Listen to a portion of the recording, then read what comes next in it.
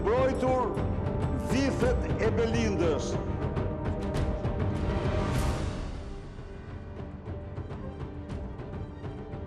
Mirëmbrëma të nderuar teleshikues të Report TV, mirë se vini në Frontline, si çdo të njëjtë në orën 21:00 jemi së bashku në transmetim të drejt për drejt me mua Marcela Karapanço dhe çdo të martë dhe të mërkur në orën 15:30 me Frontline Interview. Fokusin në ditën e sotme nuk do ta shkëpusim nga ajo çfarë na solli fundjava dhe kryefjalë mbetet Belinda Balluku. Por janë disa çështje të cilat do duam të shtrojmë për sa kohë mazhoranca Edi Rama ka pasur, le të themi, një lloj disfate në vendimin që ka marrë gjykata kushtetuese në fundjavë, për sa kohë është pezulluar zëvendës kryeministra Belinda Balluku. Por hapi pasues, ai që do të lidhej në fakt me një vendimarrje për të pasur një datë apo një orë për mbledhjen e Këshillit të Mandateve Rregullores për imunitetin e zëvendës kryeministres, duket që është ende në pikpyetje. Për zotin Rama nuk ka ende një kohë urgjente për të marrë një vendimarrje për mbledhjen e këtij këshilli, për sa kohë do duhet të pritet edhe vendimi i arsyetuar i gjykatës kushtetuese, e nga ana tjetër duket që një lloj presioni që vjen apo një lloj shtytjeje nga ndërkombëtarët përmes disa prej institucioneve të Bashkimit Evropian kanë pasur një kërkesë për të zbatuar në konform të ligjit pikërisht mbledhjen e këtij këshilli për të vendosur qoftë po ose jo dorëzimin të imunitetit të zonjës Balluku. Nga ana tjetër, opozita çohet në protestë, korrupsioni i zëvendës kryeministres ka qenë kryefjala e protestës kësaj jave. Gjithë ato do të kemi mundësi të diskutojmë sot në studio. Kam kënaqësinë të kem zotin Erion Malaj, faleminderit, deputeti i Partisë Socialiste, kënaqësi, mirë se vjen. Mirëmbrëma, kënaqësi për mua. Faleminderit. Me ne në studio Endri Gjafo, faleminderit, gazetar, analist, kolegësh, kënaqësi, mirë se vjen në Frontline. Mirë se vi, kënaqësi, Marcela. Faleminderit.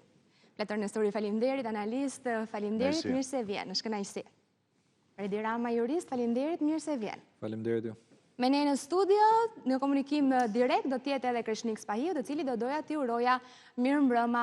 Mirëmbrëma, Kreshnik. Mirëmbrëma, vetëm ju dëgjoj me vështirësi. Po, kujdeset regjia me një herë për të dëgjuar sa më mirë. Do kthehem tek ti pas pak.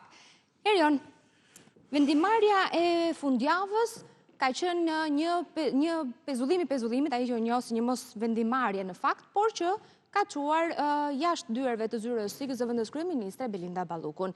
Ajo çfarë dua të diskutojmë sot dhe ta bashkëndajmë është deklarata e zotit Rama që njoftoi që do të kishte ndryshime në legjislacion së pari dhe nuk ka një urgjencë për të ndërhyrë apo për të bërë mbledhjen. Pse? Po blihet kohë përballë kërkesës së SPAK-ut që kërkon imunitetin e zonjës Balluku, cila është arsyeja reale që rreh pas mos mbajtjes së kësaj mbledhje. Marcela, kishte disa pyetje në pyetjen tënde, unë do përpiqem t'i përgjigjem një Kemi kohë 2 orë me diskutim. Do ta nis nga e para që ka të bëjë me faktin e asaj që ju në vijim të pyetjes e korrigjua duke thënë mos vendimi i gjykatës kushtetuese, sepse në fakt ishte një mos vendim i gjykatës kushtetuese. Kjo situatë ka lindur që në momentin kur ne, si Parti Socialiste dhe ose më saktë, Këshilli i Ministrave dhe Kryeministri, quan në gjykatën kushtetuese një çështje e cila në gjykimin tonë, por ashtu edhe nga gjithë eksperienca ndërkombëtare, është një rast ku cënohet njëri pushtet nga tjetri, çështja u dërguan në gjykatë kushtetuese, gjykata kushtetuese nuk mori një vendim, por mos marrja vendim pati ato efekte. Përkthehen në një lloj vendimi, po? Patjetër. Dhe duke qenë se ne po ndjekim të gjithë rrugët ligjore ashtu siç kemi bërë gjithmonë, duke i besuar të gjitha institucioneve sipas hierarkisë tyre, të njëjtën gjë po vazhdojmë të bëjmë dhe të njëjtën gjë do të bëjmë. Pra nuk ka asnjë aludim për asgjë tjetër. Para të gjitha këto institucione që u përmendët, përfshirë SPAK-un dhe kushdo tjetër, është i lirë dhe vazhdon punën e tij i pacënuar dhe i pandërprer nga askush, jo nga ne si parti që e kemi mbështetur gjithmonë.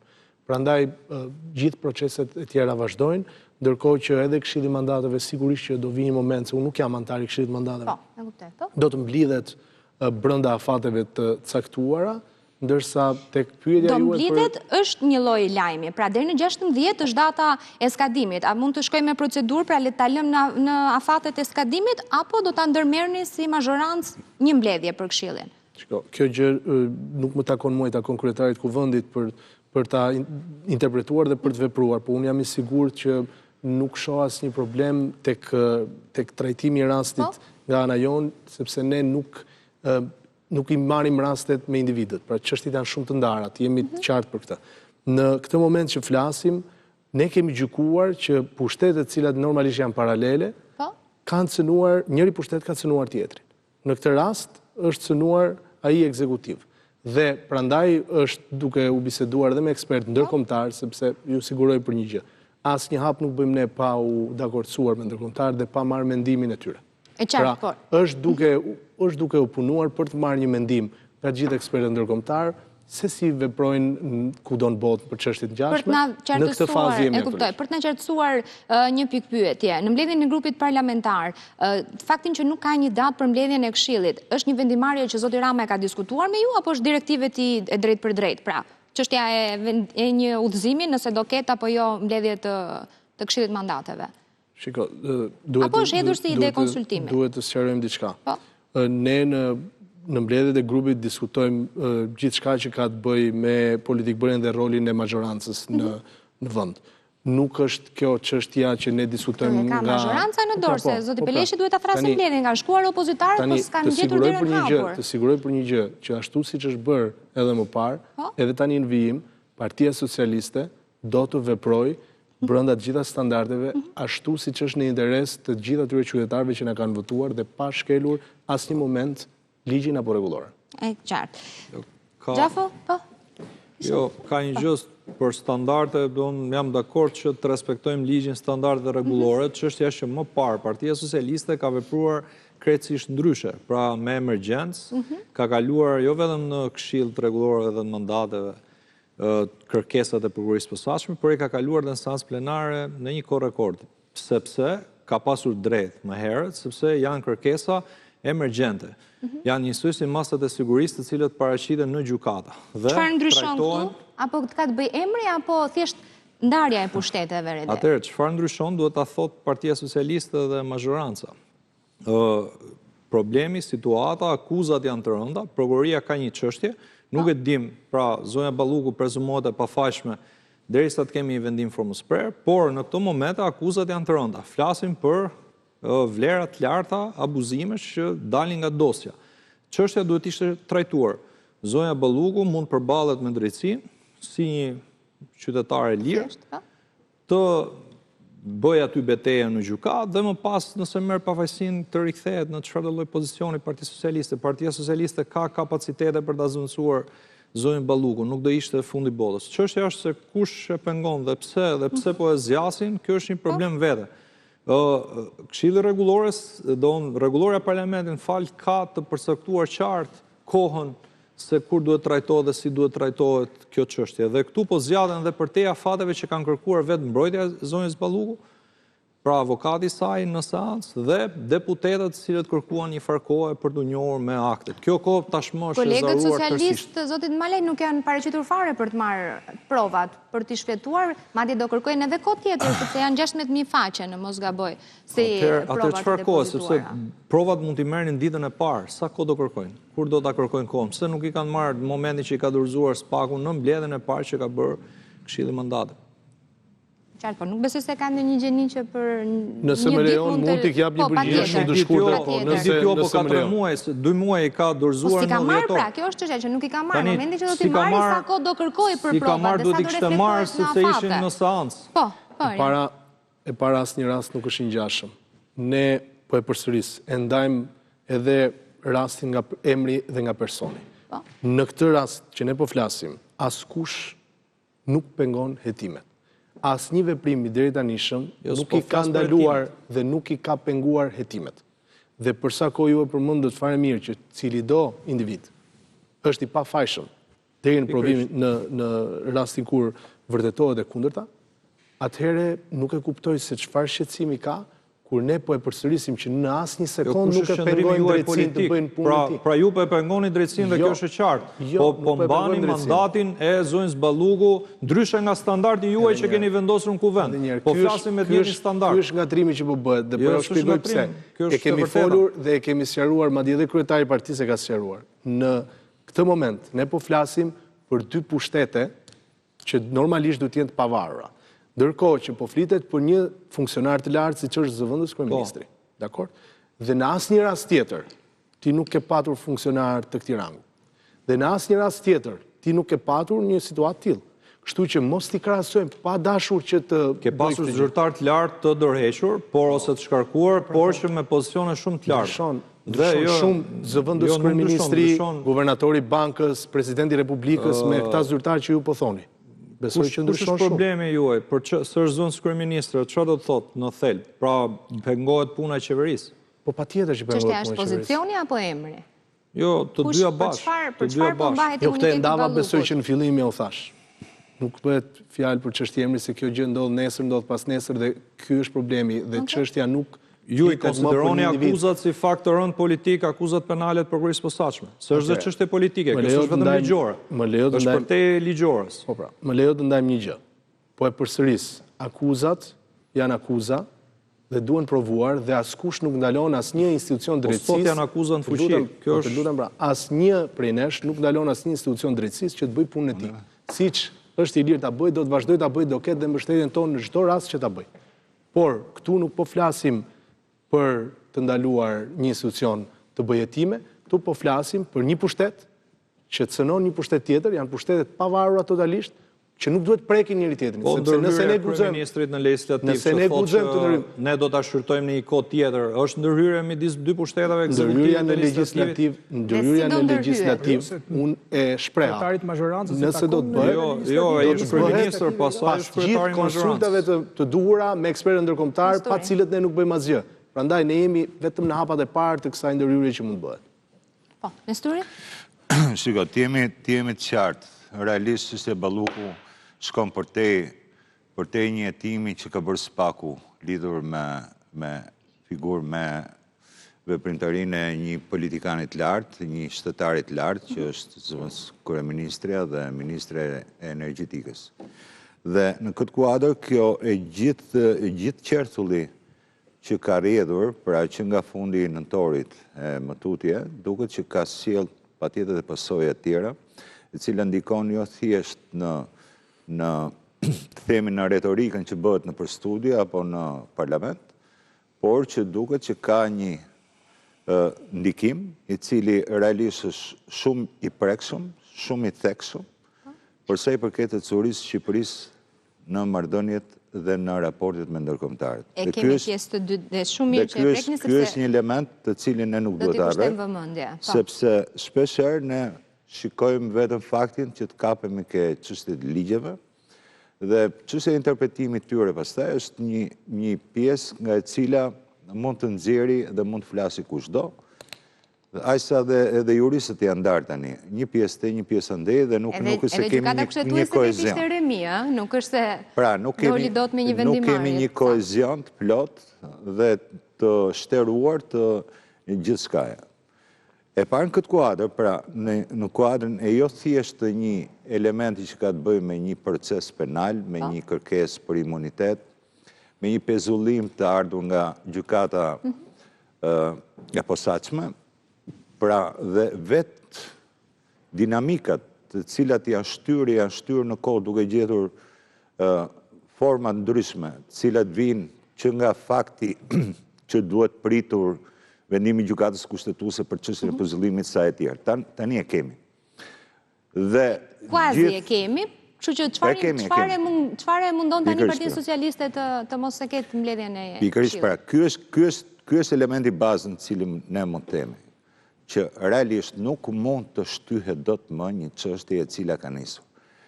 Aq më tepër në qoftë se gjitha kjo, kur dihet që faktorit ndërkombëtar, si nga Shtetet e Bashkuara të Amerikës, su dhe nga BE, kanë vënë si vit kuqe që çështja e drejtësisë dhe mosndërhyrja në punën e saj për të luftuar fenomenet e rrezikshme të korrupsionit, abuzimit të pushtetit, krimin e organizuar ndërkombëtar e tjerë, të cilat nuk mund të ndërhyjet sepse ky është edhe një investim i tyre. Një investim në cilin i ka dhënë shpresë dhe shqiptarëve që duke luftuar fort gjitha këto fenomene mund të rregullohet demokracia e brendshme e tyre dhe që t'i japi një oksigjen përsa i përket mënyrës se si qeverisë. Ne kemi probleme në qeverisje dhe kjo është një fakt në cilën ne nuk mund ta fshehim dot kokën në rreth si struci. Atëherë, çfarë duhet bërë?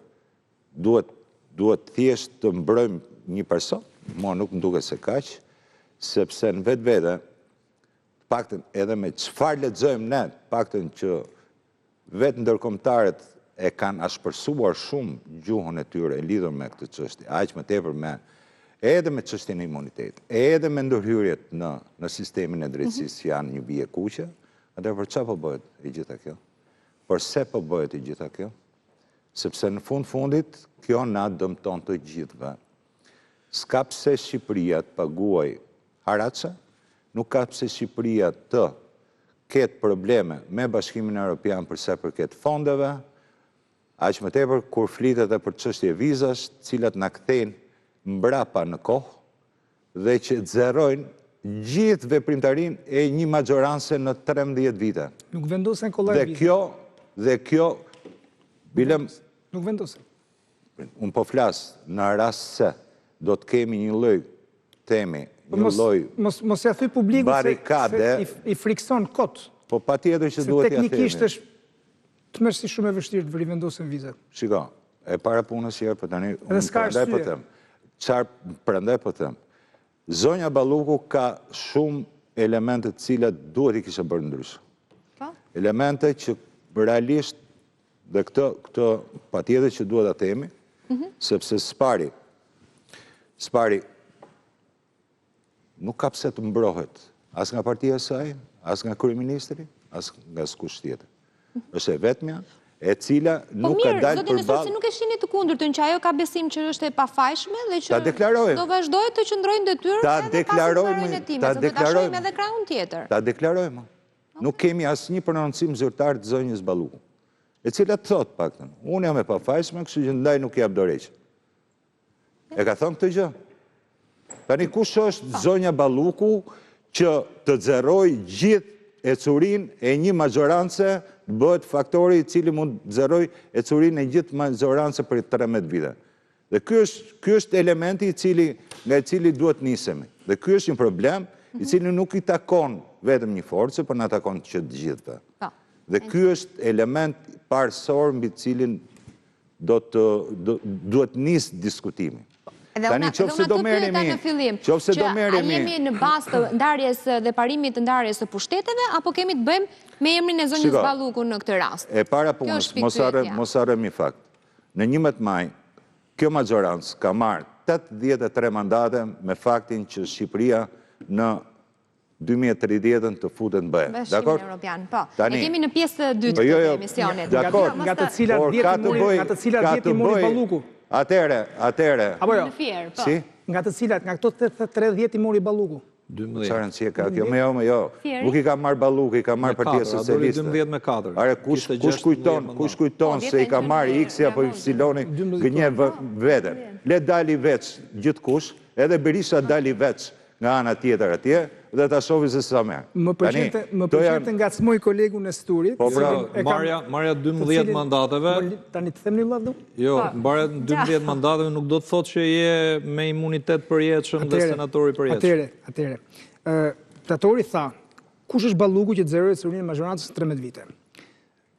Thjesht për ta kapur të fjalia e fundit e Platorit. Platori ka këtë si një shqetësim i shumë socialistëve që janë disa, nuk po them se sa shumë janë, të cilët mendojnë që zonja Balluku nuk duhet, ose historia zonjës Balluku nuk duhet të analizojë Partinë Socialiste, por nisen nga presupozimi, për mua i gabuar, që këto 13 vite maxhoranca ka bërë punë të mirë. Patjetër që po.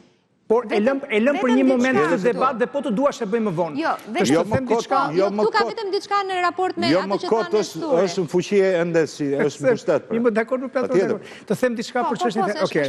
Atëre, për aspektin, çështja Balluku ka dy aspekte. Aspektin ligjor dhe aspektin politik. Më le të kap vetëm aspektin ligjor fillimisht për vendimin e gjykatës kushtetuese. Për mendimin tim, kryeministri ka bërë mirë që e ka çuar. E para njerë shtrohet pyetja, a kemi raste në vendet e Bashkimit Evropian ku ne synojmë të shkojmë të rastet pezullimit ministrave? A ka kodet e procedurave penale të vendeve anëtare të Bashkimit Evropian, edhe pse jo të integruar, raste pezullim e ministrash? Nuk mund të them që kam bërë një lexim shtërues. Më falë se po ndëry, nuk shkon deri aty sepse jep dorëheqjen vetëm. Sepse edhe nuk të lënë në fillon detyrë, kjo është çështja. Si ka mundësi të mos jepet dorëshja për një akuzë penale? Ne duhet të shkojmë ta bëjmë normë këtë gjë. Kush ka akuzë penale, t'jap dorëshën.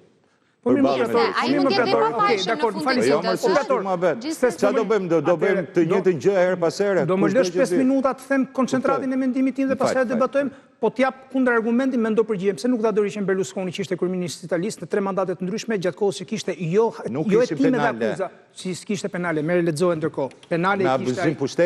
Po, penale kishte për korrupsion e gjitha. Pse Viktor Ponta në Rumani nuk e dha dorëshën? Ishim për çështje. Po ishim për çështje bizneseve, jo për pushtetit. Po korrupsioni, po ke Netanyahu ke kryeminist për ka gjyqin e korrupsion. Prandaj më lër një minutë ta mbaroj dhe pastaj diskutojmë. Kemi vendimin gjyqësor. Vendimi gjyqësor për kryeministin bëri shumë mirë që e çoi. Atëherë, mua nuk më rezulton, thash, nuk kam bërë një lexim shtërus të 27 kodeve të procedurave penale, por kod për kuriozitet kam parë atë italian dhe atë francez. Ata kanë një gjë të ngjashme. Franca ka 138 paragrafi 2 kodit procedurës penale, Italia 289 treshin. Ne kemi 242 dyshin. I cili thotë që 242 nuk e regjia e ka, kështu që mund të bëjë. Po, nuk mundet thotë për të zgjedhurit, zgjedhor, të mund të bëhet pezullim nga detyra. Diskutimi që kryeministri çon gjykatë kushtetuese është duke u referuar në 103.3 kushtetutës që ministri gëzon mandatin e deputetit, a mund të futet te ky konsiderim. Në gjykimin tim, dhe ky është gjykim totalisht personal, gjykata kushtetuese duhet kishte ndarë normën, duhet ta kishte caktuar. Fakti që gjykata kushtetuese nuk mori një vendim të bën të pyesësh kush përfiton nga kjo. Në gjykimin tim, unë nuk di të them nëse ka qenë kryeministri i cili e ka forcën dhe pushtetin politik për të ndikuar me gjitha të dramën që ndodhin në gjykatën kushtetuese që Gent Ibrahima i kaloi nga këtu ku ishte tek ta, kaloi tek ta të tjerë të ndryshore. Domethënë, këtë nuk mund ta them se nuk e kam informacione, do të ishte spekulative nga ana ime të thoja që kryeministri, por po të shohësh nga ana politike, përfitues i kësaj situate është kryeministri. Pse? Kryeministri dhe ndoshta zonja Balluku. Pse? Ku ndoli vendimi gjykatës, dhe këtu dalim tek frika pastaj që kanë, dhe i them deputetit Partisë Socialiste, frika që kanë gjithë opozita sot dhe debati që pam, sepse kryeministri në reagim po. Ja, kur kemi lexuar pezullimin ushtimit detyrës shërbimit publik, kjo mas nuk zbatohet ndaj personave të zgjedhur sipas ligjit elektoral. Po, me vendimin që disponon pezullimin e ushtrimit të një detyre shërbimi publik, gjykata i ndalon përkohësisht të pandehurit plotësisht ose pjesërisht veprimtarinë që lidhet me to. Kjo mas nuk zbatohet ndaj personave të zgjedhur sipas ligjit elektoral dhe këtu në studio kemi pasur shumë kohë edhe debatin nëse duhet ta ndajmë Belindën nga të qenurit të deputetet apo dhe në pjesën tjetër qenurit ministre. Diskutimi qëndron. Tani unë e kam një mendim timi, por nuk besoj se ja vlen ta them unë përderisa nuk ka një vendim. Unë nuk mendoj që ministri do duhet të pezullohet nga, po ky është mendim totalisht personal që kanë ndarë dhe juristët dhe konstitucionalistët në këtë vend. Por si kjo të thashë gjë edhe te kodi procedurës penale italiane dhe franceze. Vim tani tek ajo që prodhoi mos vendimarrja e gjykatës kushtetuese. Mos vendimarrja e gjykatës kushtetuese nga një anë politikisht e pezulloi zonjën Balluku, që ishte masa e parë që kërkoi sepse duke mos pasur vendim, zonja Balluku mbetet në vendimin e gjykatës kundër korrupsionit dhe krimit të organizuar GKK-s për të pezulluar. Nga ana tjetër, norma nuk u nda, që do të thotë kjo normë që duhet përcaktohet ose përmes një vendimarrje gjykatës kushtetuese ose përmes një ndërhyrje ligjore në ligj ku te kjo pika 2 të shtohet edhe ministrit antarit, sepse tek e fundi Këshilli i Ministrave parashikohet është organ kolegjial kushtetues që parashikohet në kushtetut. Pra kjo gjë do ndodh. Ka një ndryshim nga deputeti që nuk është i zgjedhur nga elektorati, por është i emëruar, është i zgjedhur nga Mirë, po s'ka është pozicioni nuk është emri përveçëm, megjithatë kjo është një gjë thashë duhet ndahet ose nga gjykata kushtetuese më vonë, pra kjo gjë që është thelbësore mbeti pa u ndarë. Ndoshta dhe Rama këtë kërkon tani të bëjë ndryshime në legjislacion. Dhe tjetra, më Marcela ta mbaroj, domethënë çfarë fiton në këtë rast? Në këtë rast kishte një presion të madh ndërkombëtar, kishte një presion të madh të opinionit publik. Dhe në këtë moment Belinda Balluku pezullohet. Është ajo që gjëja e parë që kërkoi Spaku. Pse Spaku kaloi në kërkesën për imunitetin? Sepse këtë gjë ja refuzoi në fillim për ta bërë kryeministri. Dhe tani dalim tek ajo që vetë kryeministri ka thënë, kur ka shpërndar pas mbledhjes së grupit parlamentar, thotë deri në adresimin ligjor të zgjidhjes, nuk ka asnjë urgjencë për të trajtuar kërkesën që Spaku bëri pas rënies masës pezullimit. Po çfarë ndodh? rregulloria e parlamentit ka atë që ti e përmendë, afatin 16 3 mujor. Pra nga 16 dhjetori në 16 mars. Në 118.5 rregullores, ku nuk merret parasysh kjo nuk merret kjo kërkesë, kjo quhet e rrëzuar. Dhe kjo është frika dhe këtu është debati politik. Këtu do shkojnë? Tani lind pyetja përse Partia Socialiste, e cila mandatet i ka për ta thirrur Këshillin për rregulloren e imunitetit dhe mandatet, kështu e ka emërtimin zyrtar, dhe me vot thotë jo. E keni masën e parë që nuk e bën pra? Atëherë, pse nuk e bën? Unë mendoj që e para një përfiton kohë. Koha cila është, për çfarë i shërben koha e Ramës? Këtu duke qenë që të gjithë ata, të cilët thonë Ramas po e bën sepse Kosta i tha këtë se, të gjithë spekulojnë se asnjë nuk e di, përveç Belinda Ballukut, ndoshta dhe Ulsi Manjës, askush tjetër nuk e di pse nuk po e bën Rama këtë gjë. Dhe të gjitha hipotezat që mund të bëjmë për efekt analize mund të qëndrojnë nga pikpamja thjesht logjike. Një do të fitoj kohë, çfarë? Për të parë se deri ku shkojnë europiane, sepse ka një ide që kjo mund të cënoj pra çështja Balluku, mos shqyrtimi në Këshill të imuniteteve. Do të diskutojmë pjesën e dytë, çështjen e integrimit. Tjetra është Rama po negocion diçka vetë që mos shkojnë deri tek ai. Dhe kjo, sado që mund të duket e ububushme kur e dëgjon, përsëri nga pikpamja logjike nuk mund ta hedhësh poshtë, nuk mund ta përjashtosh. Negociat me Ballukun, negociat për veten? Negociat për veten, që jetimi për Ballukun, sepse Balluku është zëvendës kryeministre, është pra ministre dhe të gjitha gjërat që kanë bërë, qoftë edhe përgjimet që kanë dalë, tregojnë që kanë qenë gjithçka e referuar te kryeministri. Pra, këto janë të gjitha spekulime që ndodhin, dhe domethënë analiza spekulime, mbase spekulime nuk është fjalë, por analizat të cilat mund të bëhen për hipoteza. Askush nuk e di përse nuk po e kalon. Kështu që kjo mbetet për tu parë. Pastaj se si do të ndodhë me integrimin, do trajtojmë pjesën po, e kemi në pjesën tjetër. Mirë, me Kreshnikun, të lutem? Po. Kreshnik, pse po mbahet imuniteti Ballukut, qoftë në një vendimarrje, siç e tha edhe Gjafo, qoftë ta rrëzojnë, qoftë ta miratojnë atë, pse nuk bëhet mbledhja aktualisht e Këshillit të mandateve? Kemi zbardhjen e vendimit, jo të plot, vetëm dispozitivin, por tashmë mazhoranca duhet kishte vepruar, apo jo? Tani, unë do doja të theksoja disa karakteristika të pathëna deri më sot. Po? Vendimi i gjykatës kushtetuese mendoj që është prova e fundit që për herë të parë është një lajm i mirë për Shqipërinë, sepse na provoi të gjithëve publikisht dhe zyrtarisht që partia në pushtet, mazhoranca dhe kryeministri Rama kanë zero influencë në gjykatën kushtetuese, në gjykatën e lartë, në prokurorinë speciale, në gjykatën speciale dhe në të gjithë nivelet të gjykatës. Ran mitet, po. Po sikur ta ketë dashur vetë Rama këtë më Kreshnik. Po këtë po e vazhdoj se po të më lësh ta vazhdoj do. Jo, mirë, ndjes, okay, ndjes. Bisedë Kreshnik, bisedë, po. Fakti që çdo zëvendës kryeministër i Edi Ramës, çdo ministër i Edi Ramës, çdo deputet i Edi Ramës nuk i ka shpëtuar dot procedimit penal apo masave të sigurimit nga SPAK, nga GKO-ja, nga gjykata e apelit, nga gjykata e lartë dhe deri në gjykatën kushtetuese, në 13 vjet ka provuar që Edi Rama ose ju rren të gjithë këta, është kundër të gjithëve, pra që nga kundër gjithë njerëzve të tij, ose ai ka zero influencë. Dhe kjo do për herë të parë në Republikën e Shqipërisë. Po, por nuk ka qenë një zyrë e tillë avokatie, Partia Socialiste e Kreshnik, për cilën duket që kryeministria kthehet me një padim, me një kërkesë në gjykatë kushtetuese. Nëse ligjëroi drejt Ramën, po. Zyrë avokatie mund mos jesh, po zyrë shërbimi inteligjent mund të jesh, që do të thotë publikisht nuk bën avokatin e ministrave tu, po nëpërmjet fijeve të oktapodit politik, ti i kap gjyqtarët dhe prokurorët. Fakti që jo nga ky vendim, po ka pas disa vendime rresht, mos harrojmë, shkarkoi presidentin Edi Rama parlamentit dhe i harxhoi gjykata kushtetuese. Në gjykatën e lartë ka humbur nga Erion Velia edhe të gjithë njerëzit nga Sajmir Tahiri dhe të gjithë që kanë kaluar. Tani më dëgjoj. Një problem tjetër që askush nuk po ndalet është në gafën e dytë që po bëjnë socialistë.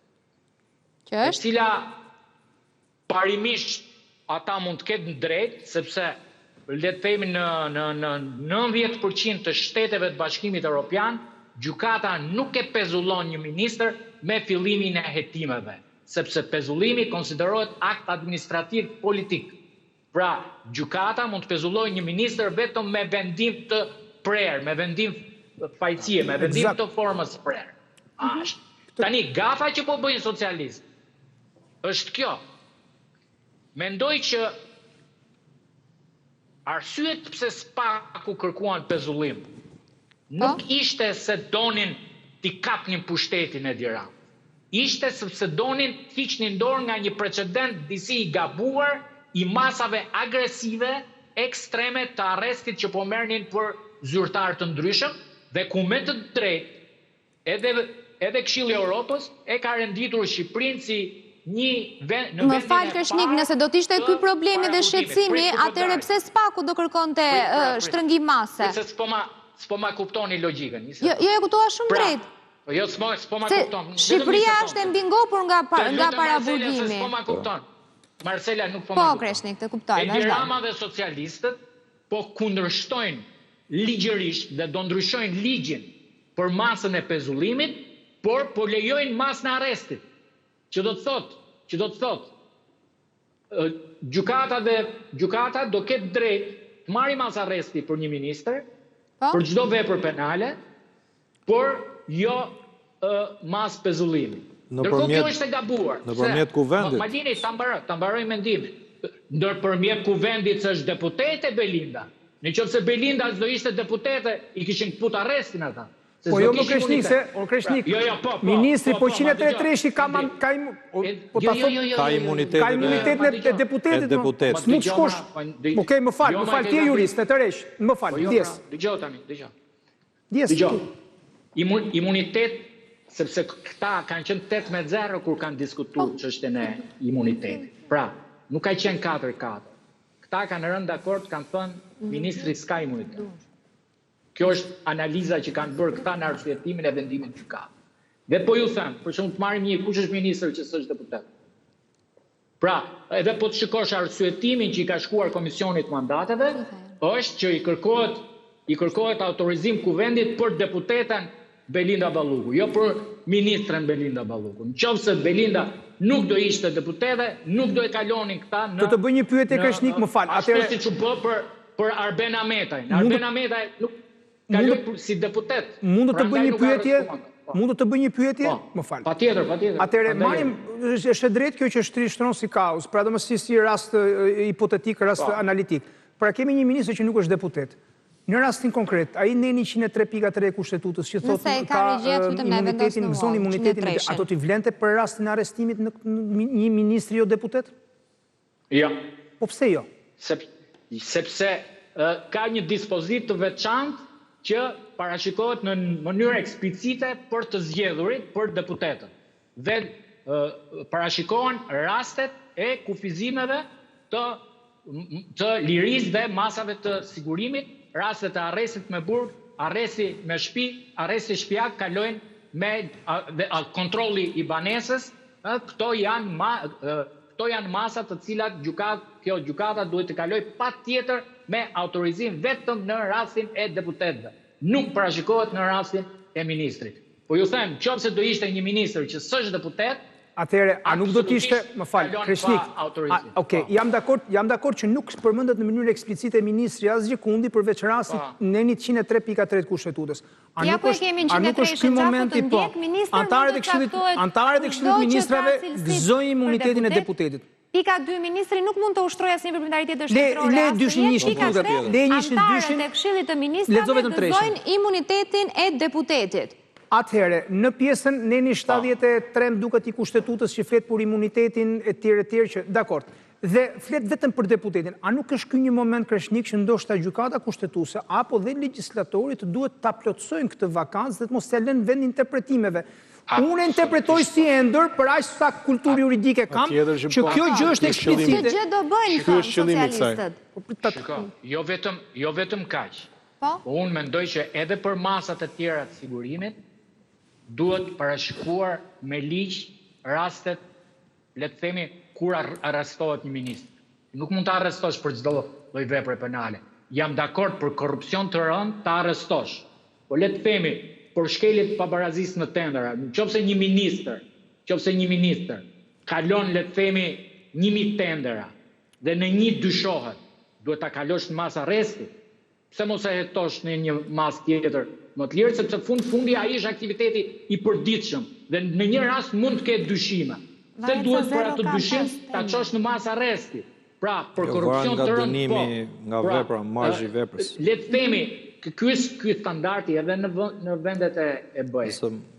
Pra, ministrat apo të zgjedhurit nuk mund të marrësh masën më të rënd të sigurimit. Kreshtik, Masa e arrestit ka një situatë. Unë jam dakord se masat e sigurimit, sidomos masat arrest në burg. Nuk po diskutojmë vetëm për çështjen Balluku, po diskutojmë për ligjin. Në parim.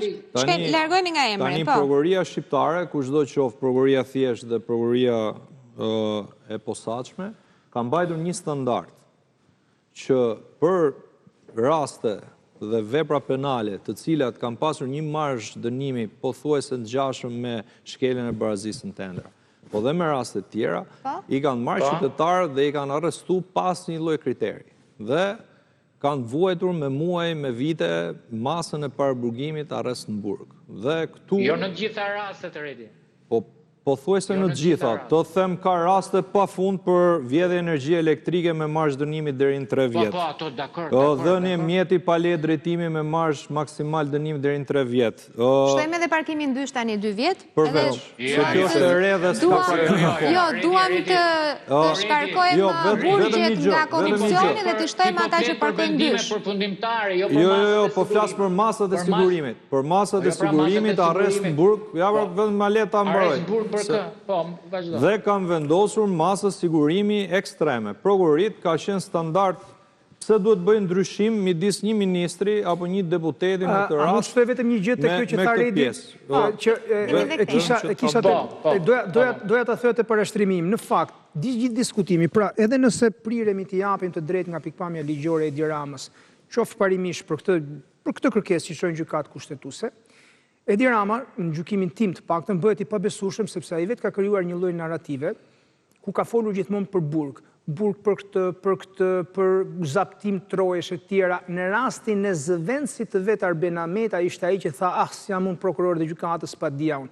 Prandaj duke qenë që ai vetë ka krijuar një narrativ të tillë ku e ka pasur burgun si prerogativ të parë, element kërcënues, element ku diun se çfarë. Tani kur ai flet, qoftë edhe parimisht dakord për rastin e Belinda Ballukut, pra duke Nuk është dakord Erioni. Nuk është fort ashtu, Andri. Mendoj që nuk është fort. Je në tjetrin rast.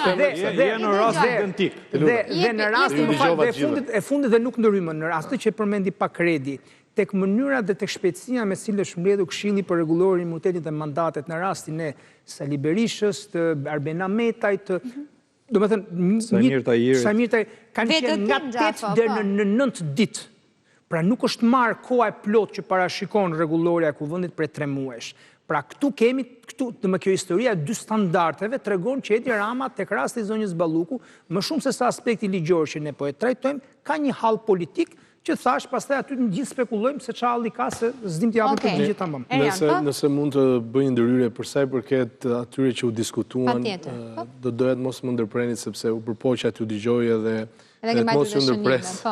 E para, për sa i përket asaj që tha zoti Spahiu, jam plotësisht dakord që për herë të parë ne kemi një sistem drejtësie i cili është totalisht i pavarur nga politika. Jemi rritur në këtë vend dhe dim historinë që ka patur sistemi drejtësisë në këtë vend. Tani të paktën këtë merit madhore që ka kjo mazhorancë, mos përpiqemi ta sfumojmë. Është herë e parë që politika nuk ndikon tek ky sistem i drejtësisë. E dyta, nuk mund të bëhet rrugë kjo punë e paraburgimeve dhe njëkohësisht nuk mund të bëhet rrugë, puna e të arrestuarve vetëm nën akuzë. Për më tepër, kur dikush është nën akuzë dhe ka pozicione të larta drejtuese, pse do të bëj diferencë nga qytetari thjesht? Kush është arsyeja i pozicionit lart? Ja ta mbaroj, sepse pozicioni i lartë është funksionari i shtetit. Ja ta mbaroj. Funksionari i shtetit, po të më dëgjosh do ta kuptosh. Jo, ka një Dhe pse i qytetari duhet vuaj arrest në burg dhe jo funksionari, pse do ndryshojmë standardet tani? Absolutisht në asnjë moment. Ndryshoj për gjithë, ndryshoj edhe për qytetarën. Po të më lësh të mbaroj? Jo, po. Me që unë nuk të ndërpreva, nëse do që të bëjmë edhe bisedë, nëse ka një pyetje patjetër që mund të japim një përgjigje. Biseda është në formë të tillë që nuk ndërpritet tjetri në logjik. Edhe një herë po të përsëris. Nuk bëm në asnjë moment dallimin midis qytetarit dhe funksionarit lart. Por pasojat që lë arrestimi i një funksionarit lart dhe një qytetari janë të ndryshme, besoj këtë e di. E ketë qartë. Atëherë, duke qenë se është kështu, paraburgimi nuk mund të bëhet rrugë për askënd. Sot që flasim paraburgimi, politikat keni shumicën që paraburgimin mos bëhet rrugë për paraburgimi është problem. Ne kemi thënë gjithmonë dhe vazhdojmë ta themi dhe e kanë thënë dhe institucionet ndërkombëtare këtë gjë. Patjetër, dhe si ka dëgjuar politika, me vite, e kanë thënë me vite, keni më shumë paraburgosur në Shqipëri se të burgosur dhe nuk e keni dëgjuar, por desh që të arrestoj dhe të akuzoj Belinda Balluku që ta dëgjonin ndërkombëtarët. Dhe ditë kryeministri thoshte kemi paraburgosur dhe këto janë standardet BE. Pra, po të themi të vërtetën, mos ta zërin me manipulojmë. figurën, por ne kemi ndarë çështjet e individëve me rastet fjalë. Në asnjë moment nuk do dëgjosh mua apo një tjetër antar të Partisë Socialiste apo të këtij grupi parlamentar që të flas me emra të përveçëm. As të flas për çështjen e tim, as të zotohet për gjërat për të cilat i takojnë një pushteti tjetër. Këtë nuk e kemi bërë as do ta bëjmë. Tani, ajo që dua të them është që arrestimi pa një vendim të formës prerë nuk është normal në asnjë vend demokratik të botës. Dhe nuk është normale që të bëhet rrugë që ti të thua, shiko, unë kam ca akuza, hajde ti rinja 2-3 vjet apo 4 vjet në burg, ndërkohë që unë vazhdoj jetimet dhe pastaj shohim nëse do të dënoj apo jo. Po kjo pra është. Jam dakord, po kjo ka ndodhur rëndom deri sot. Nuk duhet të ndodhë, ka 35 vite që ndodh. Po çfarë ndodhi kjo pra është arsye pse ne po themi që ka probleme për të cilat duhet punuar. Ka probleme për të cilat duhet punuar, por nuk rregullohen nga ne këto. Jo vetëm nga ne këto. Aty ku ne kemi mundësi të rregullojmë, patjetër po shohim mundësinë për të ndryshuar. Marcela, ti bëj një pyetje Krishtiku. Do ta shohim me qetësi këtë gjë. Nesturi pastaj do të kellë më njëherë. Patjetër. Nesturi, të lutem. Këtë deklaratë të SPAK-ut që kërkon mbledhjen e mbledhjes së imunitetit për shkallëzuar më tej masat. Ka qenë vetëm një flet e parë e dërguar në kuvend dhe nuk kemi parë për gjatë kësaj kohe asnjë reagim. Mendon që SPAK-u mbasi dhe gjykata kushtetuese e dha një lloj vendimarrjeje pa një vendim me shumicë, a duhet të kishte reaguar më shumë SPAK-u aktualisht? Pra të kërkoj, të ndihet edhe një herë që ne jemi në pritje, çfarë po ndodh me këtë kërkesë tonën? Apo është kjo procedura që ndjekin ata rëndom dhe do presin afatet ligjore? Gjithmonë nëse kishte prova të rëndësishme që mund të prisheshin. Dhe kjo mbetet në dorë të lirë pastaj. Spari, do më thonë, institucionet veprojnë nëpërmjet shkresave. Po. Shkresa është e dorëzuar dhe thjesht presin të zbatohet gjithë procedura ligjore përsa i përket një kërkese të caktuar. Nuk ka se si të kërkosh një gjë të cilën ti e ke kërkuar. Nëse kjo do t'jetë me fjalë se po presin... Nuk kanë një vend për reminder, nuk për kujtes. Absolutisht asnjëherë. Okej. Kjo nuk mund ndodhë. Edhe një shkres që shkon nga një institucion, jo më SPAK, por edhe një institucion tjetër, e ka për detyrë, domethënë që të kthej përgjigje, ose të zbatoj ligjin sipas procedurave që është kërkesa për Një gjë të vogël këtu. Çfarë i duhet SPAK-ut imuniteti i dorëzuar i Ballukut, le të themi përpara 16 marsit në ditët e fundit, nëse ashtu siç e nisi kërkesën, mund të prishen provat, janë intimiduar dëshmitarët, mund të kenë ndodhur në këtë afat gati 3 mujor. Për çfarë do t'i duhet imuniteti në fund? Këtë e di SPAK-u, nuk e dim na. Ne dim që është bërë një kërkesë, që ka një dosje, ka 16.000 faqe, që gjatë se kohën mund të ketë vijuar hetime dhe mund të ketë gjëra tjera këtë, nuk e dim. Kjo është çështja e SPAK-ut, nuk ne thjesht mund të amendsojmë dhe që në një formë apo në një formë tjetër, ky është një element i cili ka të bëjë me drejtësinë. Drejtësia kërkon një çështje të caktuar. Nëse se do të ishin të kënaqur thjesht me pezullimin, mund të kishin drejt në tyre të bënin tërheqjen e kërkesës. Përderisa nuk e kam bërë tërheqjen e kërkesës, atëherë je i detyruar që të bësh procedurën. Dhe procedura është që ti ta kalosh në Komisionin Përkatës, në Parlament, dhe aty pastaj merr vendim. Po, jo. Ky është detyra e Parlamentit. Kaq. Por që ta nënvlerësosh apo që ta shmangësh, kjo realisht për mua. Çfarë kosto merr Rama me këtë shtyrje të atë zvarritje? Këtu kemi të bëjmë me vendim politik. Po. Se vendimi politik, parlamenti vendim politik do marrë, se nuk ose është ai që do të bëj gjykatën. Po. Dhe vendimi politik është pikërisht për të hapur rrugë drejtësisë apo që të bëhet një barierë. Dhe në këtë kuadër, çështja e bërjes barierë realisht ka një kosto po pra politike.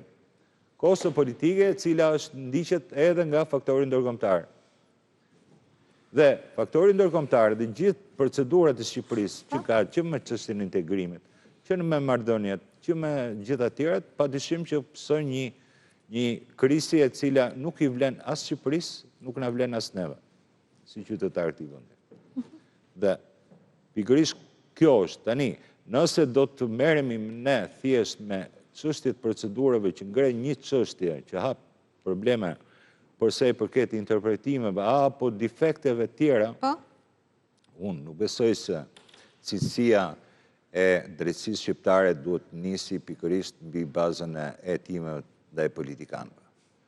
Kjo cilësia e drejtësisë duhet të jetë për gjithë qytetarët. Dhe nëse kemi referenca, raporte, cilat nuk janë lexuar aq mirë nga politika, sepse këto janë çështje të cilat janë referuar edhe më përpara. Nuk është e nevojshme t'i përdorim sot. Duhet të ishin përdorur që më përpara. Dhe ata që e kanë pas për detyrë këtë gjë për ta referuar më tutje, dhe që merren pikërisht me çështjet, qoftë me çështjet e edhe kapitujt të cilat janë hapur, pra 23-24, janë çështje shumë të rëndësishme. Diskutojmë në pjesën tjetër. Cilësia thjesht për ta përmendur. Plator, unë të shtoj vetëm një gjë tek ajo që the.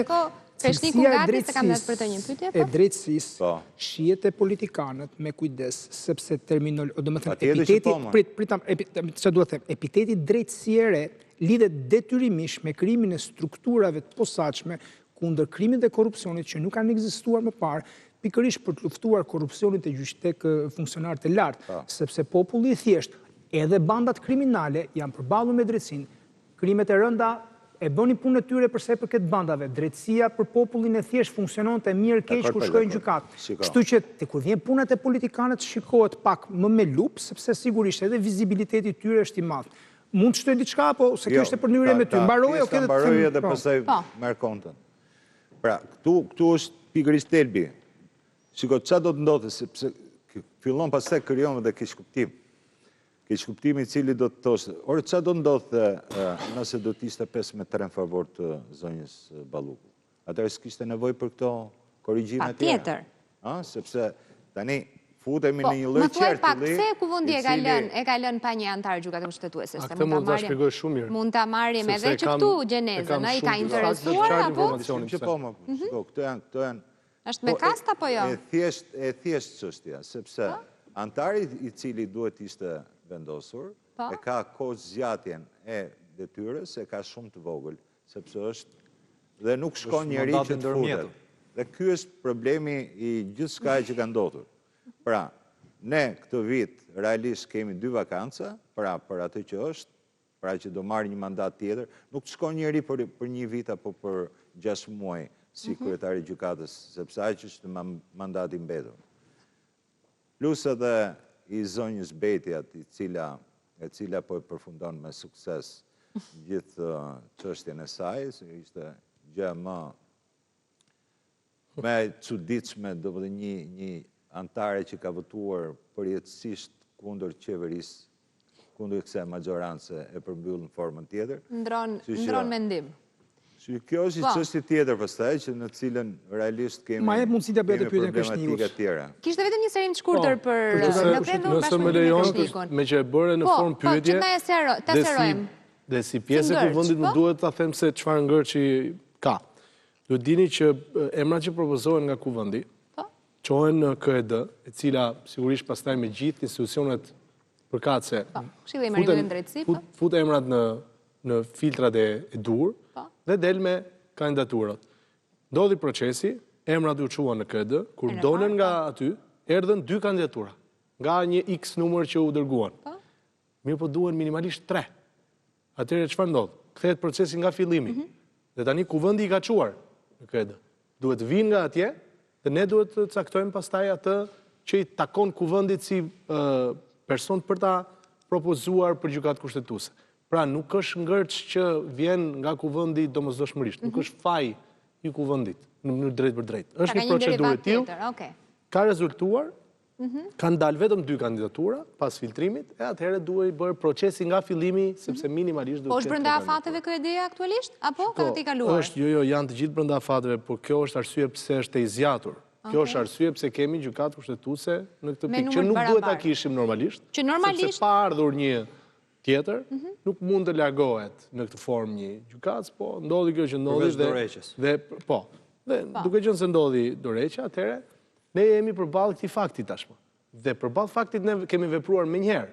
Mirë, po janë këto faza që duhen respektuar. Pa u respektuar këto, nuk mund të kemi një tjetër. E qartë, mirë, shkojmë me Kreshnikun. Kam edhe unë edhe Gjafo pyetje.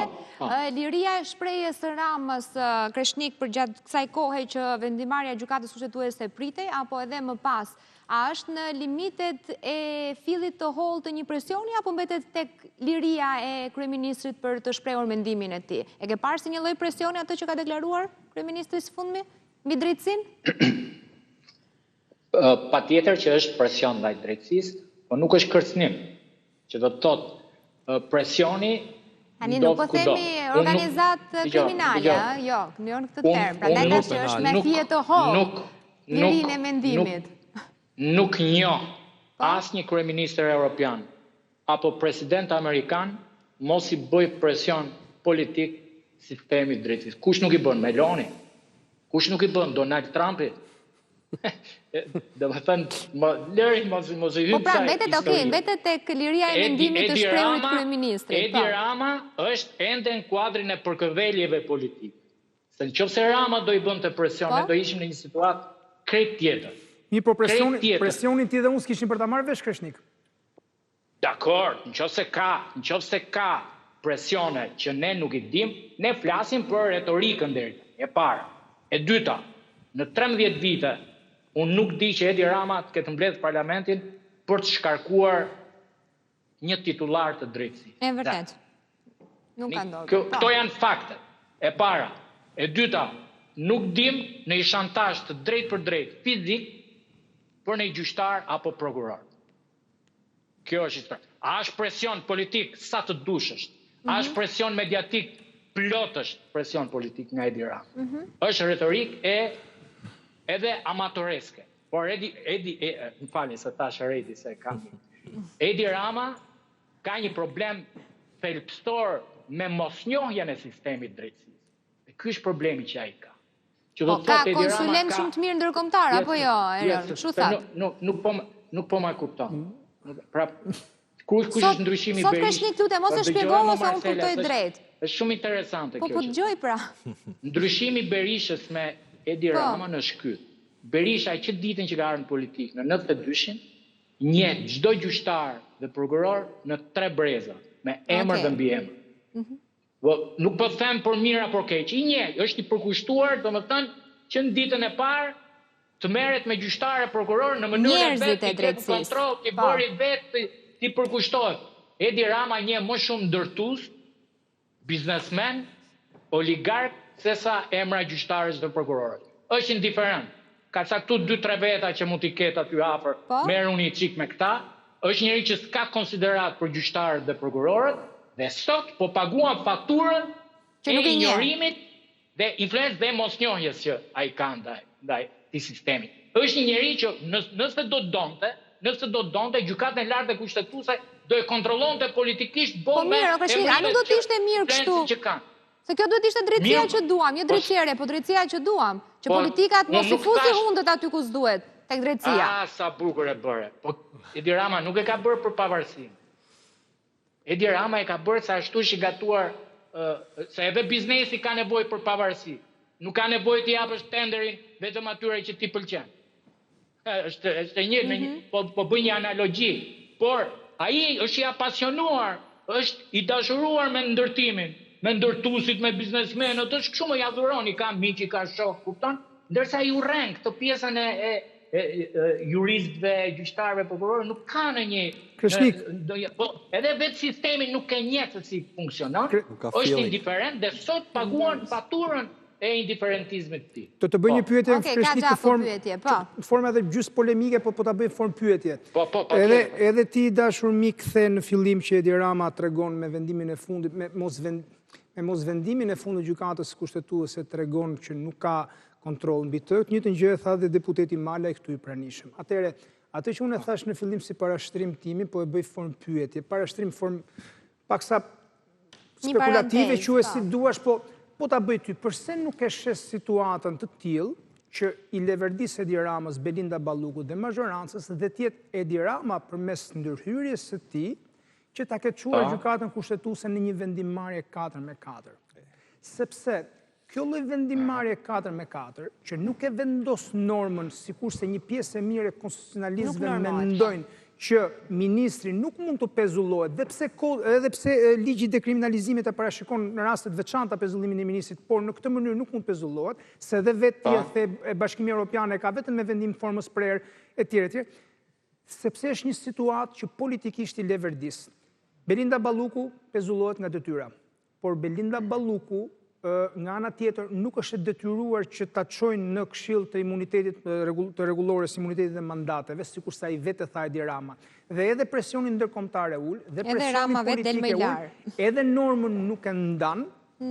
Dhe në këtë mënyrë, pra pse nuk e shen në këtë mënyrë që të ketë qenë Edi Rama përmes influencës që mund të ketë në gjykatë kushtetuese që ta ketë çuar në një lloj vendimmarrje të tillë. I gjendur përballë dhe presionit faktorit ndërkombëtar, po duash për rastin Balluku.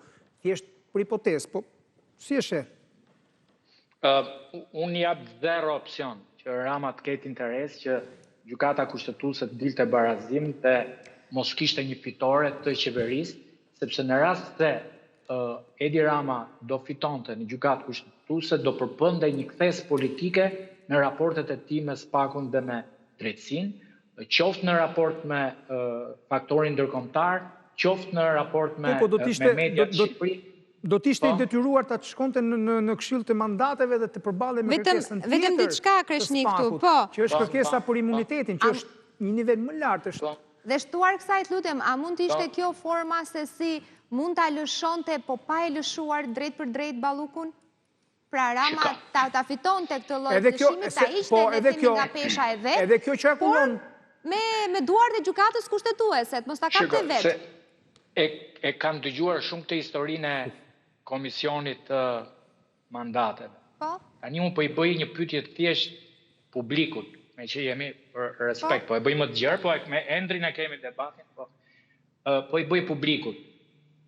Komisioni mandateve parlamentit është detyruar automatikisht që t'japi autorizim prokurorisë, apo ligjvënësi ka vendosur kufizim që është kuvendi që vendos t'japja autorizim po apo jo.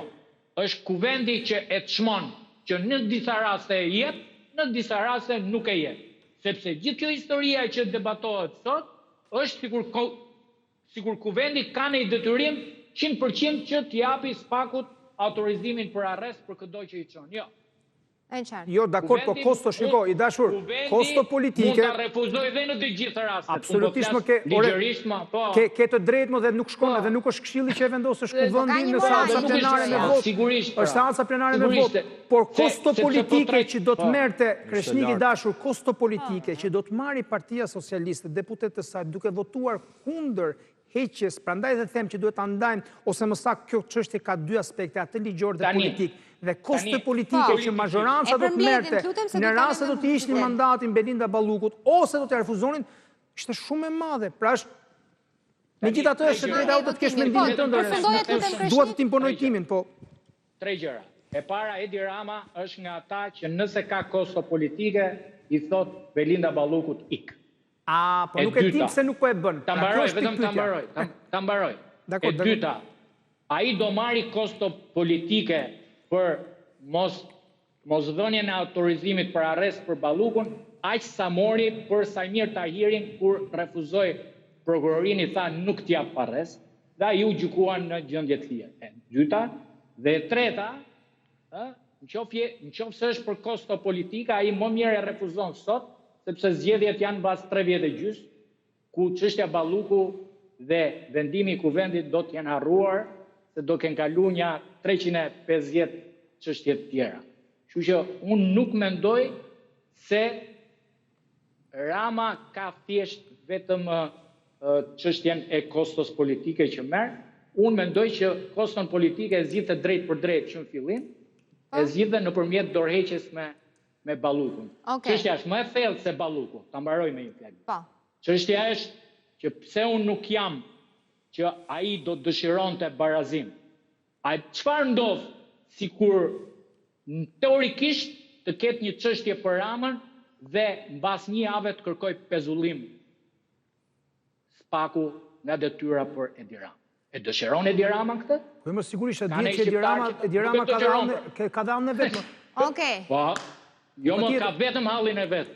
Vetëm hallin e vet. Okej, Kreshnik, mirë, do them tek ty për pyetjen e fundit të kësaj. Ti bëj vetëm një gjysmë replike Kreshnikut, gjysmë me nën tënde, gjysmë replike vetëm. Shumë shkurt të Kreshnik, the në argumentin tënd që Rama nuk kontrollon gjykatat, Spakun, gjykatën sepse the të gjithë zëvendës kryeministrat e tij, ministrat e tij etj janë gjykuar. Në fakt do të thoja që për të shfryrë tenxherën me presion duhet një valvul dhe të gjithë ata që kanë qenë poshtë Ramës kanë qenë valvula për të shfryrë këtë lloj presioni politik për të mos shkuar te Rama. Kështu e shoh unë. Okej. Kreshnik, do kthehem tek ty pastaj, nuk ka replik mbi replik, e kemi kryer këtë punë. Zoti Nesturi, nëse mblidhet mbledhja e Këshillit Mandateve, Partia Socialiste dhe patjetër Partia Demokratike ka thënë që është gati duke pritur shumë herë, e voton apo nuk e voton imunitetin për Belinda Ballukun? Ky është vendi politik të Spari do të deklarohet pikërisht në grup do ta lë në fund radhën, prandaj e nisa me juve. Të duhet të bëjë pyetje, domethënë deputetët. Okej, atëherë çfarë duhet të bëjë në këtë rast atëherë, jo si do vetë pra. Në të gjitha rastet askush nuk do të dëshironte domosdoshmë të lëshonte dikë. Po ta marrësh në kuptimin njerëzor, si kolegë e tjerë, domethënë një familje politike. Nuk është çështja këtu. Askush në çdo vend botës. Problemi është shumë i qartë, sepse çdo vendim ka dhe kostot e vet politike.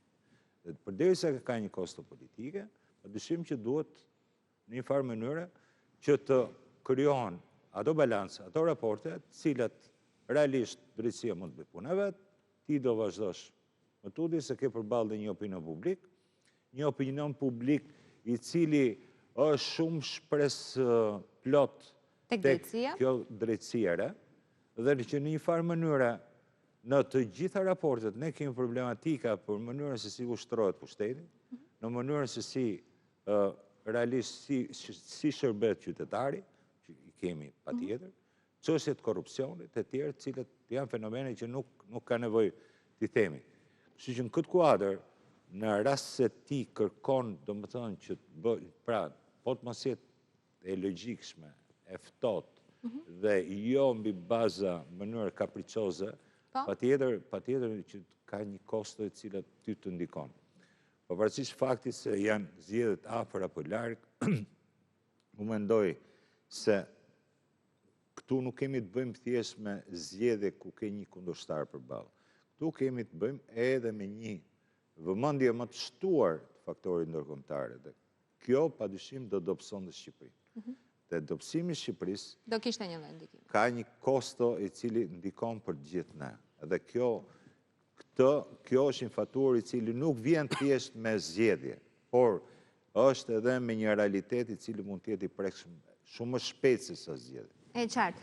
Redi, nuk po të them çfarë do bëj PS-ja, por çfarë duhet të bëj sipas teje? E para, unë e thash pak dhe më herët, zoti Nesturi flet për ndërkombëtarët, por këtu është dhe çështje e raportit midis mazhorancës dhe qytetarëve. E para njerë kuptohet qartë, unë jam shumë i qartë në këtë pjesë që kjo mazhorancë nuk e ka seriozisht çështjen e drejtësisë dhe ky është fakti konkret i madh. E tentoj pak me çështjen e zotit Veliaj, por e mbylli shpejt si kapitull dhe këtu flasim mazhorancën, flas për kryeministrin, ai është i cili udhëheq mazhorancën dhe në një njëjtën pikë kur vjen akuzat e disata, çështjet e hapura të disata, sepse ne harrojmë dhe i fakt që zonja Balluku është marrë pandehur për një nga hetimet. kjo është hetimi tjetër i cili vjen dhe kërkohet masa e sigurimit, arrest në shtëpi apo arrest në burg në kuvend. Pra, në këto kushte, kur kemi këto lloj akuzash, kemi situata të dala të rrjedhura mirë keq në media për fakte apo prova të dala nga dosja, tregojnë dhe njëherë që këtu ka probleme, kjo mazhorancë ka probleme. Vota në kuvend, arsyet pse nuk e çon në seancë plenare mazhoranca mund të jenë sepse vetë deputetët e Partisë Socialiste mos duan ta votojnë, apo në standardet që kanë mbajtur ata më herët, duke e votuar pas një lloj kundërshtimi, rastet e tjera të problematikave të mazhorancës, këtë radhë mund t'ju kthehet mbrapsht nëse e votojnë, ose kundërta mund dalin krejtësisht zbuluar të elektoratit tyre në rast se e mbrojnë zonjën Balluku për shkak të këtyre lidhjeve politike dhe për shkak të kësaj situate të akuzës. Një nga rastet do ta tregoj ose doppio standardin ose vazhdimsinë e atij standardi. Atëherë do kalojnë heshtje se nuk do ketë mbledhje dhe do mbyllet 3 mujosh ja fati. Kjo është taktika që po zgjedh mazhoranca për ta mbyllur këtë çështje, të minimizojë ato që u tha më herët, sa të mundet kostot politike. Mos t'i japi vëmendje le të themi me mbledhjen. Patjetër, sepse kryeministri ka dalë si mbrojtësi më i madh i drejtësisë të re dhe tashmë këto veprime nuk tregojnë që është mbrojtësi më i madh i drejtësisë të re. Okej. Shumë shkurt, se du të kalojmë në reklama, jam shumë me ngut për reklamat, por do kthehemi ta diskutojmë. Duhet jemi se ne merrem pjesë me procedurën. Po pret, nga një gjë të shkurtër kemi tani. Po merrem pjesë me procedurën, ndërkohë që gjë reale janë pikërisht ndosit, të cilat ne nuk i dimë. Realisht nuk s'e ka rrjetur gjë. Po se i kanë vetëm opozitarët, se të kishin e mazhoranca, aty do kishin bërë lajme. Patjetër që i kanë dhe mazhorancët dhe opozitarët. Ne dim pjesërisht. Jo, nuk i kanë marrë. Tani mos i hym kësaj, tani nuk është se unë nuk e di kush ka firmos aty.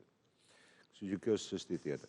Unë po them, procedura është e tillë. Pra, ti mund ta mbrosh edhe pa lexuar fare, ose duhet lexosh edhe pastaj ke edhe një përgjegjësi politike, morale e tjerë për mënyrën se si e votën. Ky është një element tjetër.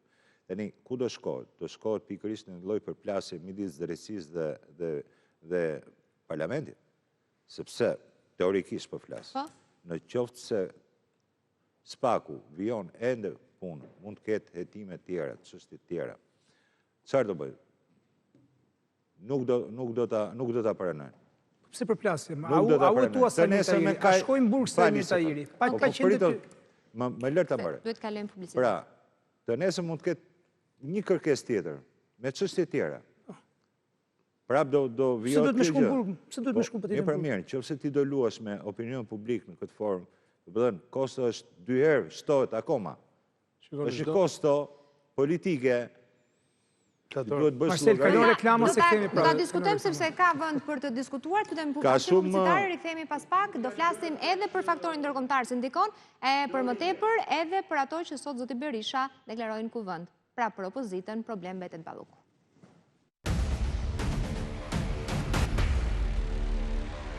Në mesazh.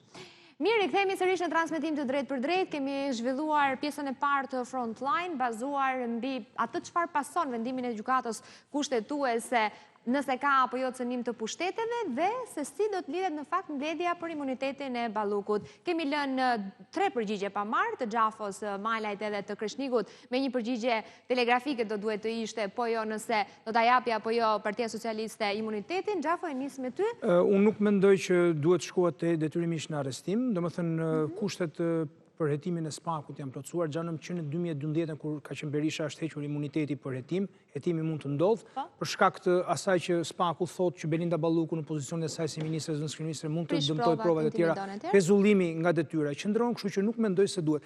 Nëse do të shkonte në seancë, do të isha shumë kurioz se si do të ndodhte, sepse votimi për imunitetin është votimi i hapur. Dhe që Balluku nuk e duan në grupin parlamentar shumë deputet, nuk e duan. Po që mund mos ta duan, por gjithsesi ka disa direktiva që socialistët angazhohen. Nëse do të ishte vendim grupi, do t'i kishe të gjithë kundër, nëse do të ketë vendim grupi. Nëse do të lihet të lirë, po dyshoj... Në Partinë Socialiste, e lirë. Okej, mbaj dyshimet. Nuk e di pse abitesh për shumë gjëra, Marcela, që s'duhet abitesh, po Po, më thuaj. Do ta nis në formë batute se zoti Ramaj për shkak edhe të ngjashmërisë që ka me mbiemrin e kryeministrit. E ngatrojnë, edhe emrin e ka afër. E citon shumë herë në çdo deklaratë që bën, ashtu siç bëri kur e citoi mbi 10 herë teksa foli për drejtsinë e re, duke thënë se Rama dhe kjo mazhorancë nuk e duan drejtsinë e re. Tani nëse ka diçka të cilën ne e duam dhe e kemi treguar që e duam është kjo drejtësi e re. Të mos përpiqemi tani çdo gjë të jemi baltë. Në çdo moment kjo mazhorancë ka qenë krah saj. Qoftë unë personalisht, por edhe si pjesë e grupit parlamentar të Partisë Socialiste. Dhe kur kemi mbajtur fjalën në seancë plenare, unë kam folur për SPAK-un në prezencë të drejtuesve më të lartë SPAK-ut dhe kam thënë që politika duhet të asistojë SPAK-un në mënyrë që të veprojë drejt për drejt, ashtu siç duhet, pa cënuar pushtetet e njëri tjetrit. Kam thënë gjithmonë që SPAK-u është në drejtën e saj për të bërë gjithë hetimet sepse pikërisht kjo mazhorancë për këtë gjë e ka përkrahur drejtsinë. Që ata të jenë të pavarur, që ata të veprojnë kudo. Dhe nëse ju mbani mend përpara se kjo mazhorancë të merrte pushtetin, se cila ishte drejtësia, se ku godiste dhe deri në çfarë niveli godiste. Nëse shikoni sot se ku hetohet deri në çfarë niveli hetohet, besoj që dallimin e bëni vetë. Dhe në fund për ta mbyllur, e para nuk ka asnjë urgjencë për atë që ju po thoni për sa i përket çështjes së imunitetit, por të siguroj për një gjë. Në një moment caktuar, nëse do të jetë e nevojshme që kjo mazhorancë, ky grup parlamentar të marrë një vendim, jeni të sigurt që ashtu siç ka ditur gjithmonë të marrë një vendim në interes të vendit dhe të qytetarëve që i dhanë 83 mandate, do të jetë aftë të marrë vendimin e duhur. Mi po, a nuk po e çon në kalendat greke këtë? Zoti Rama as pak nuk po e çon në kalendat greke. Pa urgjencë, si mund të përkthehet ndryshe? Me s'ka dima fati, 16 mars. Sepse ka një arsye pse u kërkua, zoti Xhavo ta shpjegoj në mënyrë perfekte, tani që mos ta përsëris sepse nuk do të ishte as e drejtë. Ka një arsye vendimin politik tuaj që përfaqëson grupin, po. Ka një arsye pse u kërkua me ngulm heqja e imunitetit, ndërkohë që me vendimin e gjykatës kushtetuese hetimet vazhdojnë në mënyrë të lirë. Atëherë nuk kemi asnjë nxitim ne këtu për sa kohë që nuk pengohen hetimet dhe në rastin në fjalë pezullimi qëndron. Okej, nuk na duhet zëvendës kryeministre dhe ministre Balluku, po na duhet deputete. Nuk i marr me raste me fjalë të thjeshta se ne për rastin konkret po flisnim. Okej, mirë, me Kreshnikun të lutem? Telegrafikisht? Po. Telegrafikisht. Si shkon votim, jo, mbledhje, jo, skadencë, më thuaj. Refuzohet, për faktin sepse në bazë të drejtës materiale penale dhe asaj procedurale penale, ka një konflikt interesi mes dy masave të sigurimit, që do të thotë për të njëjtin subjekt dhe për të njëjtin objekt, për të njëjtën akuzë, ka dy masa sigurimi, që do të thotë nuk është se është hequr njëra masë për të marrë tjetra. Dhe anasjelltas, masa e arrestit erdhi si pasojë se nuk po ekzekutoi masa e parë dhe Belinda Balluku ishte në detyrë sepse u pezullua pezullimi nga detyra nga me masë përkohshme nga gjykata kushtetuese. Ligjvënësi, socialistët dhe demokratët, kur kanë miratuar në kuvend masat e sigurimit në kodin e procedurës penale, kanë parashikuar si masë të veçantë pezullim nga detyra dhe masë të veçantë masën e arrestit. Nuk mund të ketë pezullim nga detyra për dikoj që është në burg.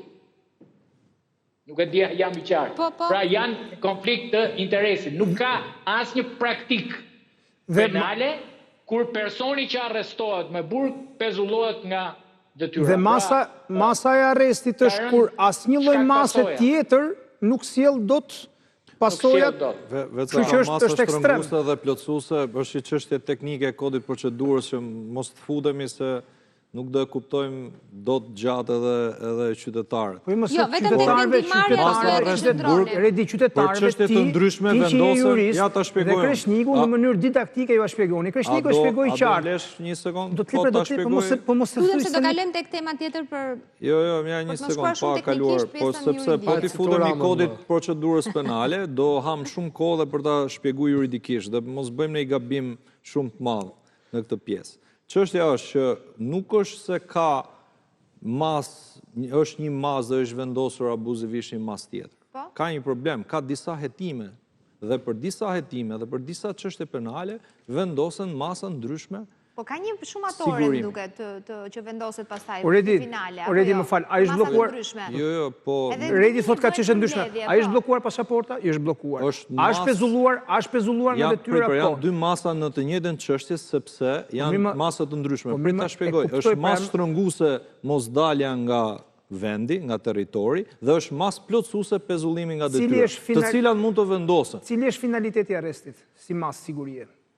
Cili është qëllimi? Pse ka vënë ligjvënësi në kohë procedurës arrestin? Masat e sigurimit përgjithësi, duke filluar nga masa largimi nga vendi janë 3 pikat, po. Largimi nga vendi, prishja e provave. Arsyeja pse janë kod procedure penale, masat e sigurimit janë disa që fillojnë me nevojat e prokurorisë, që do të thotë. Me mua bisedën, përse arresti?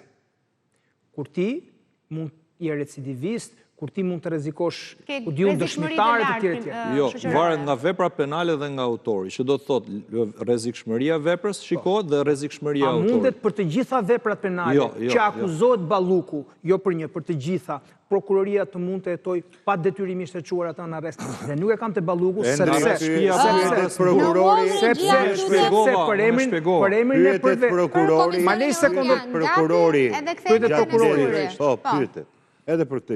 edhe kryon bindje. Por e përse doni t'i çoni njerëzit në burg me vrap? Jo, se unë e shpjegova çështën e arrestit në burg, Andri. Se mos mendoni se po mbroj Ballukun. Mos mendoni që po mbroj Ballukun. Nuk e mbroj Ballukun. Pasërë pak çështën e arrestit në burg. Unë kemi një qëndrim si avokat dhe si komunitet i juristëve, plator, vetëm një gjë të shkurtër.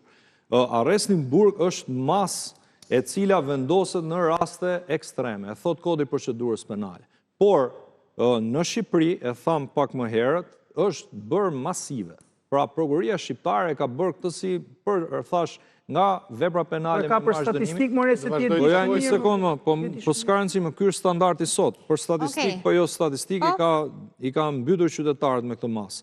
Tani, prokuroria vendos masat sepse ajo vlerëson nëse ka rrezikshmëri autori, është e rrezikshme vepra, ka mundësi të ndërhyjë autori për të prishur provat, autori veprës penale, ka mundësi të largohet nga vendi, dhe këto kanë qenë arsyet që ka paraqitur prokuroria posaçme në gjykatë, që gjykata ka vendosur këto dy masa. Edhe Belinda Balluku nuk i do të sheti se ke bllokuar pasaportën. Belinda Balluku nuk ta prish dot provën sepse e ke pezulluar nga detyra, nuk është më ministre. Po nuk e ndalove dot endër të shkojë në zyrë, të ndryshojë, të ndryhë në prova, të ketë akte të tjera, të cilat mund të jenë sërish për vepër penale. Këtë ka kërkuar Spaku. Mirë. Dakor, Spaku kërkoi se nuk ishte masa e parë në fuqi prandaj. Çështjen e ndërkombëtarëve, Komisioni Evropian ka pasur në interes të Report TV, ka dhënë këtë përgjigje, është përgjegjësia e Kuvendit të Shqipërisë të trajtojë pavonesë kërkesat për heqjen e imunitetit të anëtarëve të tij. Lufta efektive kundër korrupsionit është një dhe rëndësishme, me rëndësi parsorë për përparimin e Shqipërisë drejt anëtarësimit në BE, që është edhe pritshmëria e qytetarëve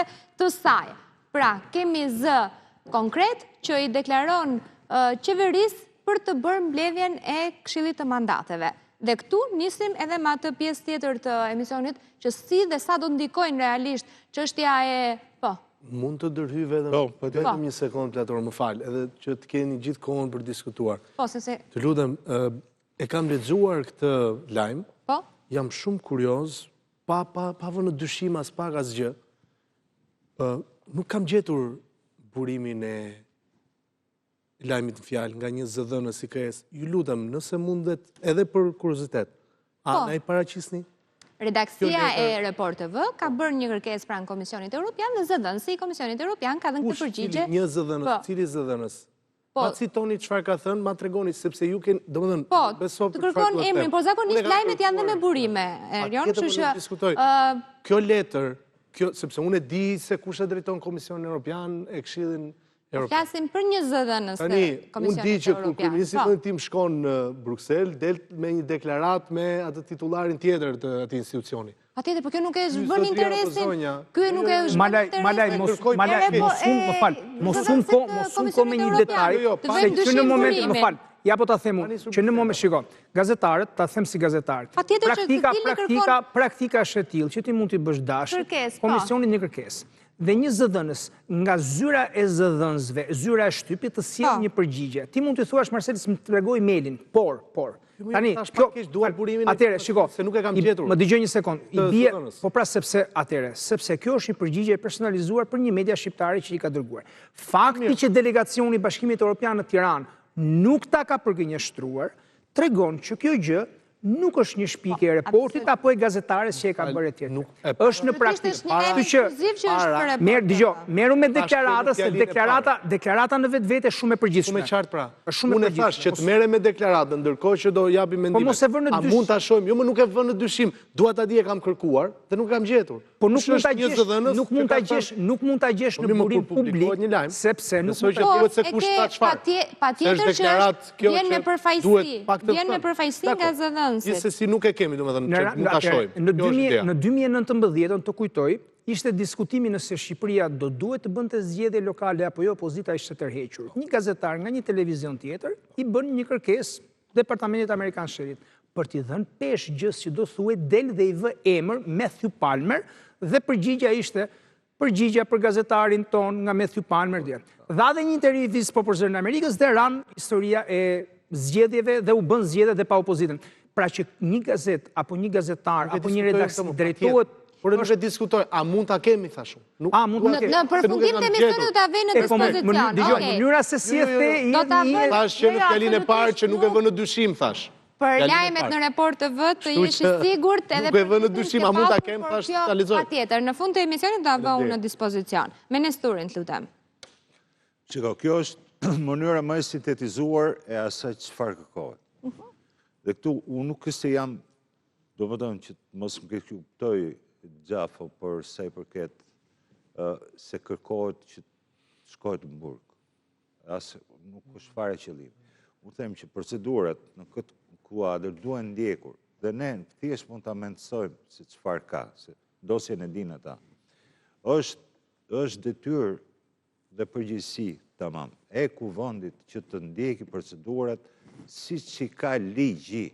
Dhe në këtë kuadër do mblidhet komisioni dhe aty do pyetet vetë prokurori, a është e mjaftueshme për juve kaq apo keni, do të them, për këtë lloj kërkese ka gjëra të tjera shtesë lidhur nga koha e parë që keni bërë çështjen e kërkesës pezullimit. Tu është çështja, sepse të paktën në mediat nuk se kemi një dosje, një gjë përpara asaj që ta dimë.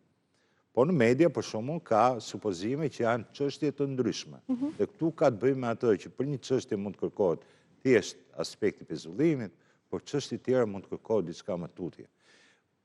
Mbi përgjigjen e prokurorit, mbi bazën e materialeve që ka dosja aty përkatëse të tjerë, deputeti krijon një bindje të caktuar, ai që është në komision e mandateve. Për sa i përket që është e nevojshme të shkohet deri në fund prapë në çështjen pezullimit, ose ka drejt në vetë që thotë jo. E shikojmë se është e mjaftueshme. Në të gjitha rastet, ky është dhe vendim politik patjetër, sepse do të kemi, ajo do të referohet dhe partive dhe subjekte politike që përbëjnë parlamentin. Ky është hapi i parë. Dhe më tutje pastaj është përgjegjësia e parlamentit për të dhënë një vendim të caktuar për sa i përket që duhet ta lëshoj deri në masa ekstreme për sa i përket apo ta kufizoj atë. Pra duhet të trajtoj pavonesë kërkesat për heqjen e imunitetit. Tani mund të vendosin pro, mund vendosin kundër, po të trajtohen masat. Se nuk po trajtohen, kjo është çështja. Jo, ne nuk mund ta mendsojmë dhe temi, me që ju keni marrë çështjen e pezullimit, duke është e nevojshme. Kjo bie. Nëse do të ishte e mjaftueshme ka gjë, vetë SPAK-u mund bënte tërheqjen e kërkesës që ka dhe nuk mund ta çonte më tutje. Pra, ne nuk kemi ndonjë reagim apo ndryshim vendimi nga ana e SPAK-ut. Pra, ajo është kërkesë që ka vajt atje dhe e ka detyrim. Do të thonë që të ketë një vendim apo nga ana e kuvendit për mënyrën për si do ta trajtojë këtë çështje. Pra duhet ta trajtojë, po jo do ta trajtojë. Për mua patjetër. Ne kemi pasur rastin zotit Tahiri, ku parlamenti nuk e lejoi, domethënë për që ai të arrestohej, dhe ky ishte vendim i cili e mori parlamenti, por më pas vetë zoti Tahiri hoqi vetë dorë dhe madje hoqi dorë edhe nga imuniteti dhe dhe si deputet. Dhe vajti në arrest shpijak. Pra, në gjitha rastet, pra, kemi të bëjmë me një arsye tim, me një vendim politik, po kemi edhe vendimi individuale. Dhe unë këtu e bëj, do më thënë, çështje. Sepse realisht, jo më kote ngrit aty që parë. E di pse Belinda Balluku nuk merr vendim intelektual se thot gjithçka kanë bërë nga Edi Rama, unë thot. Dhe këtu dalim tek ajo që unë të kundërshtova që në fillim që ti the, kush është kjo zonja thot që për prish 13 vjet me ecurit të mazhorancës. Dhe unë të them, tani po jap një vlerësim timin sepse u duk sikur po mbroja individin Belinda Balluku. Mos me ikni nga integrimi tani. Nga integrimi, jo. Unë kam nevojë të lexoj transkriptet që të besoj që ose të kem një bindje timen që zonja Balluku është bindja jote dhe për shkak të fuqisë politike është bindja jote, edhe unë kam bindjet e mia. Të ndikonte në tendera.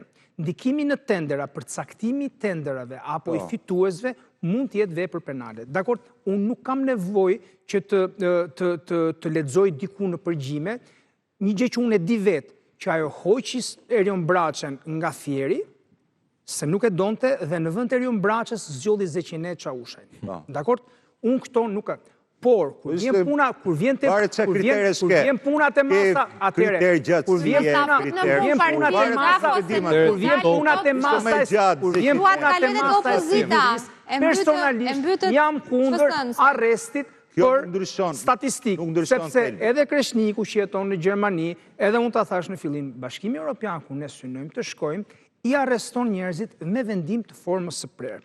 Tani, kur sa i përket vendimit personal, ta thash dhe njerë, Belinda Balluku nuk merr se thotore, unë s'kam bërë gjë pa Edi Ramën. Vinte çështja e Bashkimit Evropian, që është me të drejtë. Ka një çështje. Ku je kundër me atë që thashë? S'jam gjë kundër, vetëm te fakti që nuk e merr, jo, ja ta them unë, nuk te fakti që Belinda, atëre te fakti, pra je kundër për te fakti që Belinda Balluku nuk e merr dot të shkëputur nga Edi Rama dhe Edi Rama nga Belinda Balluku.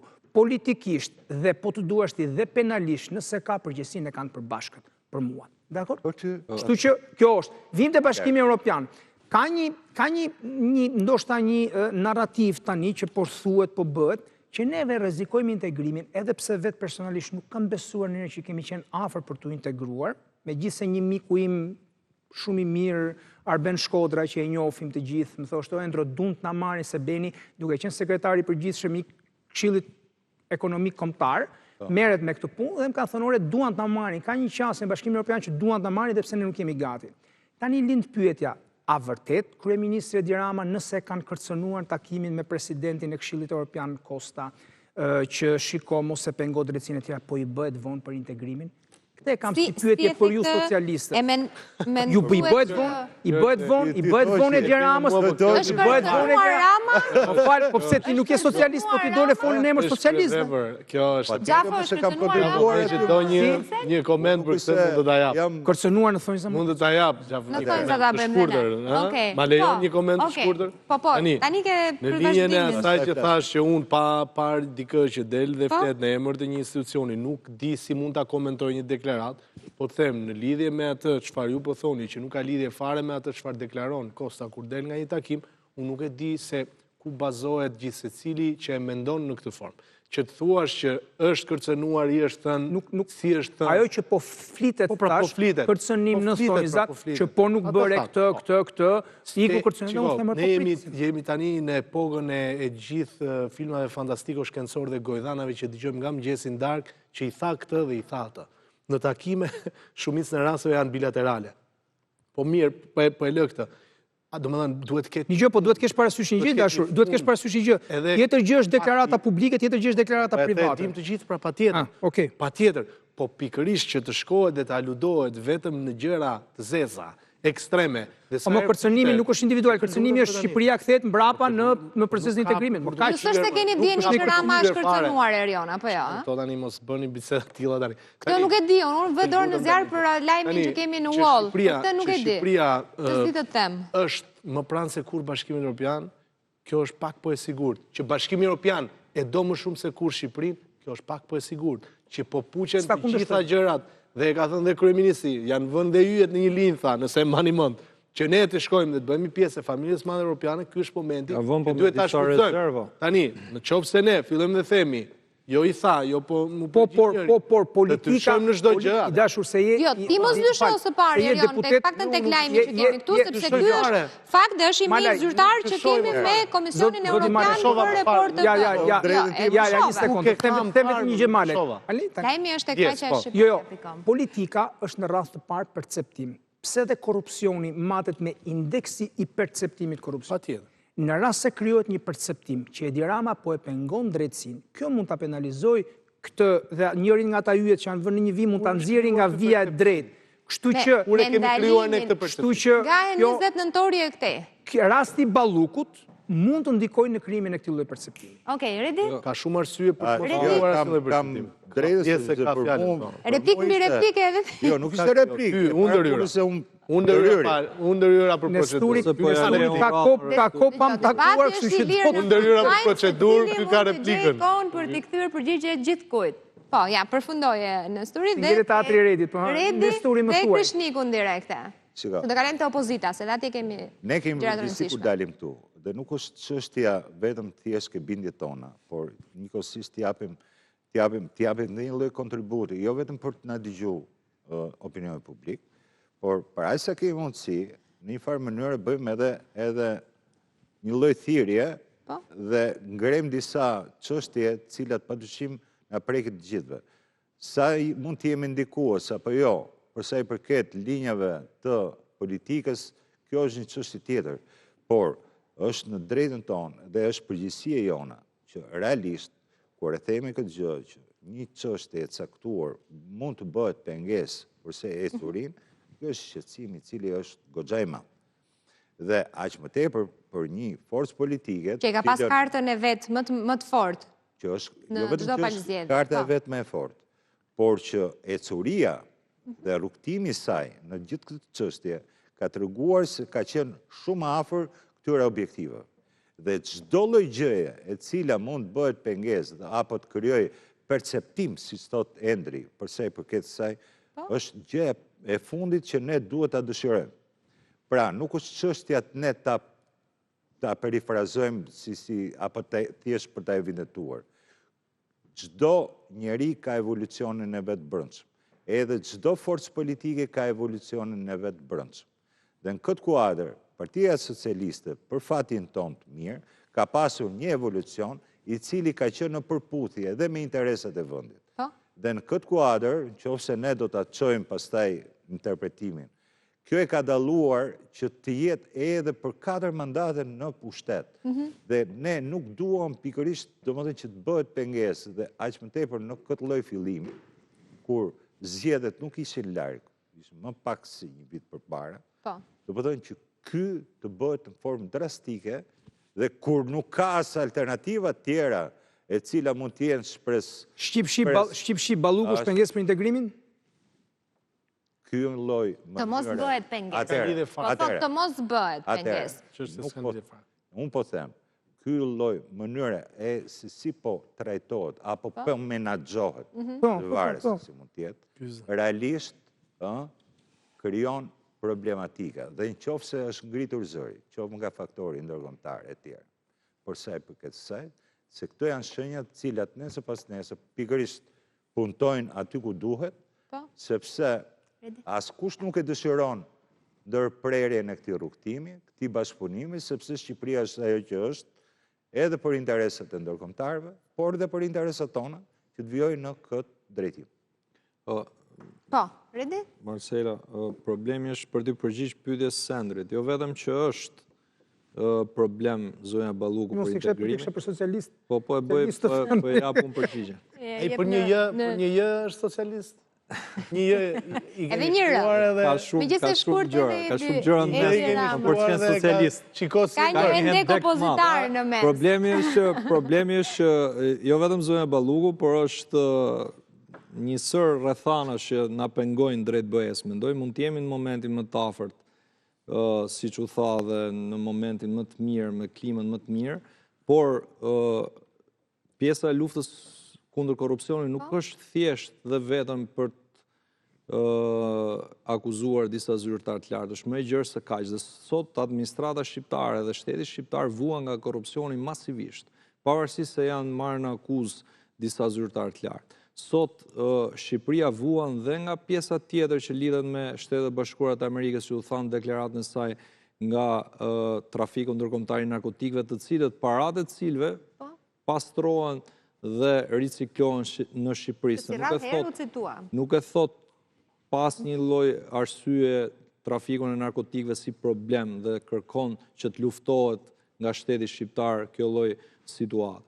Dhe këto dy pika të rëndësishme me aleatët tanë strategjik BE dhe Shtetet Bashkuara të Amerikës janë pengesa të mëdha për mos marrë pastaj problematikat e qeverisjes, për mos marrë pastaj vetë thonë edhe zotit Rama, kryeministrit, që për sigurin ushqimore. Mos cito më Ramën, Redi, për sot e jetë ndaluar. Pra, socialistët i nderuar, se ti e përfaqëson një grup madh qytetarësh, ju nuk keni siguruar në 13 vite sigurinë ushqimore të qytetarëve. E tha kryeministri, nuk kapim do standardet e BE-s. Ishte e siguruar dhe ne që siguruam. Dhe s'ka rëndësi, ju jeni në vitin e 13 të qeverisës, dhe duhet ta kishit të prioritet. Pra në 13 vitet, paktën minimalisht i kishit thënë qytetarëve që ushqimin e siguruam. Për gjithë qytetarët. Do bëjmë 3 vitet e tjera ata. Jo, mo këta mund të rinë dhe 10 vite të tjera, 15 vite. Po ti lini juve patjetër. Kemi prioritet. Do ta bëjmë. Jo, keni prioritet, po 5 vite mbas hyrjes ta do hymë me rezervë për çështjen e sigurisë ushqimore. Mua ke jetuar këtu, ti e di shumë mirë se tani jemi tek protesta, kalojmë në momentin që kemi përfaqësuesit e në momentin që ndrojnë drejtorët e akuzës një herë në vit, tregon që ka një problem të madh me sigurinë. Por ne jemi me standarde, vazhdojmë të jemi vendi më i varfër në Europë për te këtyre luftës së korrupsionit. Vazhdojmë të kemi probleme me pagat më të ulta në Europë, kemi pensione më të ulta në Europë, kemi çdo gjë që jemi edhe nëse futemi në BE, do jemi një model i keq i cili po hym në BE, hym se na duan ata, jo se i plotësojmë ne. Çdo gjë që kemi bërë në mirë nuk quhet. Shpresoj të futemi në BE. Nuk quhet çdo gjë që kemi bërë në mirë. Malaj, falur e kemi. Malaj, një gjë që është. Malaj, kemi bërë gjëra të mira, por janë të pamjaftueshme. Patjetër, më patjetër. Po të thuash sepse integrimi në Bashkimin Evropian ka element të tregut, ka element fitosanitar, sigurisë ushqimore e tjera. Ne jemi cop-cop. Kemi shumë për të por unë uroj si shqiptar që të na marrin, të na asimilojnë, se jemi treg i vogël, 2 milion veta jemi dhe të na marrin. Jemi shumë të vetëdijshëm se çfarë pune kemi përpara, Endri. Po jemi të vetëdijshëm dhe për çfarë kemi bërë tani. Themi këto vetëm zi dhe balt nuk shkon. Ka edhe grit tek tu. Jo, ka ngjyra si ato që i keni parë në partinë tonë. Patjetër, ka të fuqen Partia Socialiste, ka Purple, ka ngjyrat. Kreshnik, më thuaj pak, sa mund të jetë faktor rasti Ballukut në lidhje gjithmonë në aspektin e drejtësisë për negociatat, për të krijuar ngërç?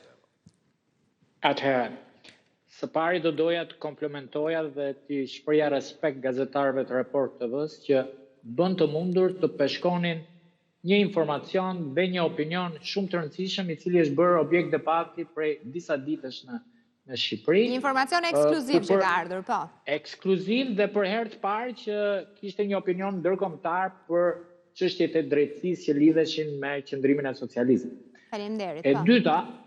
E dyta do të thoja që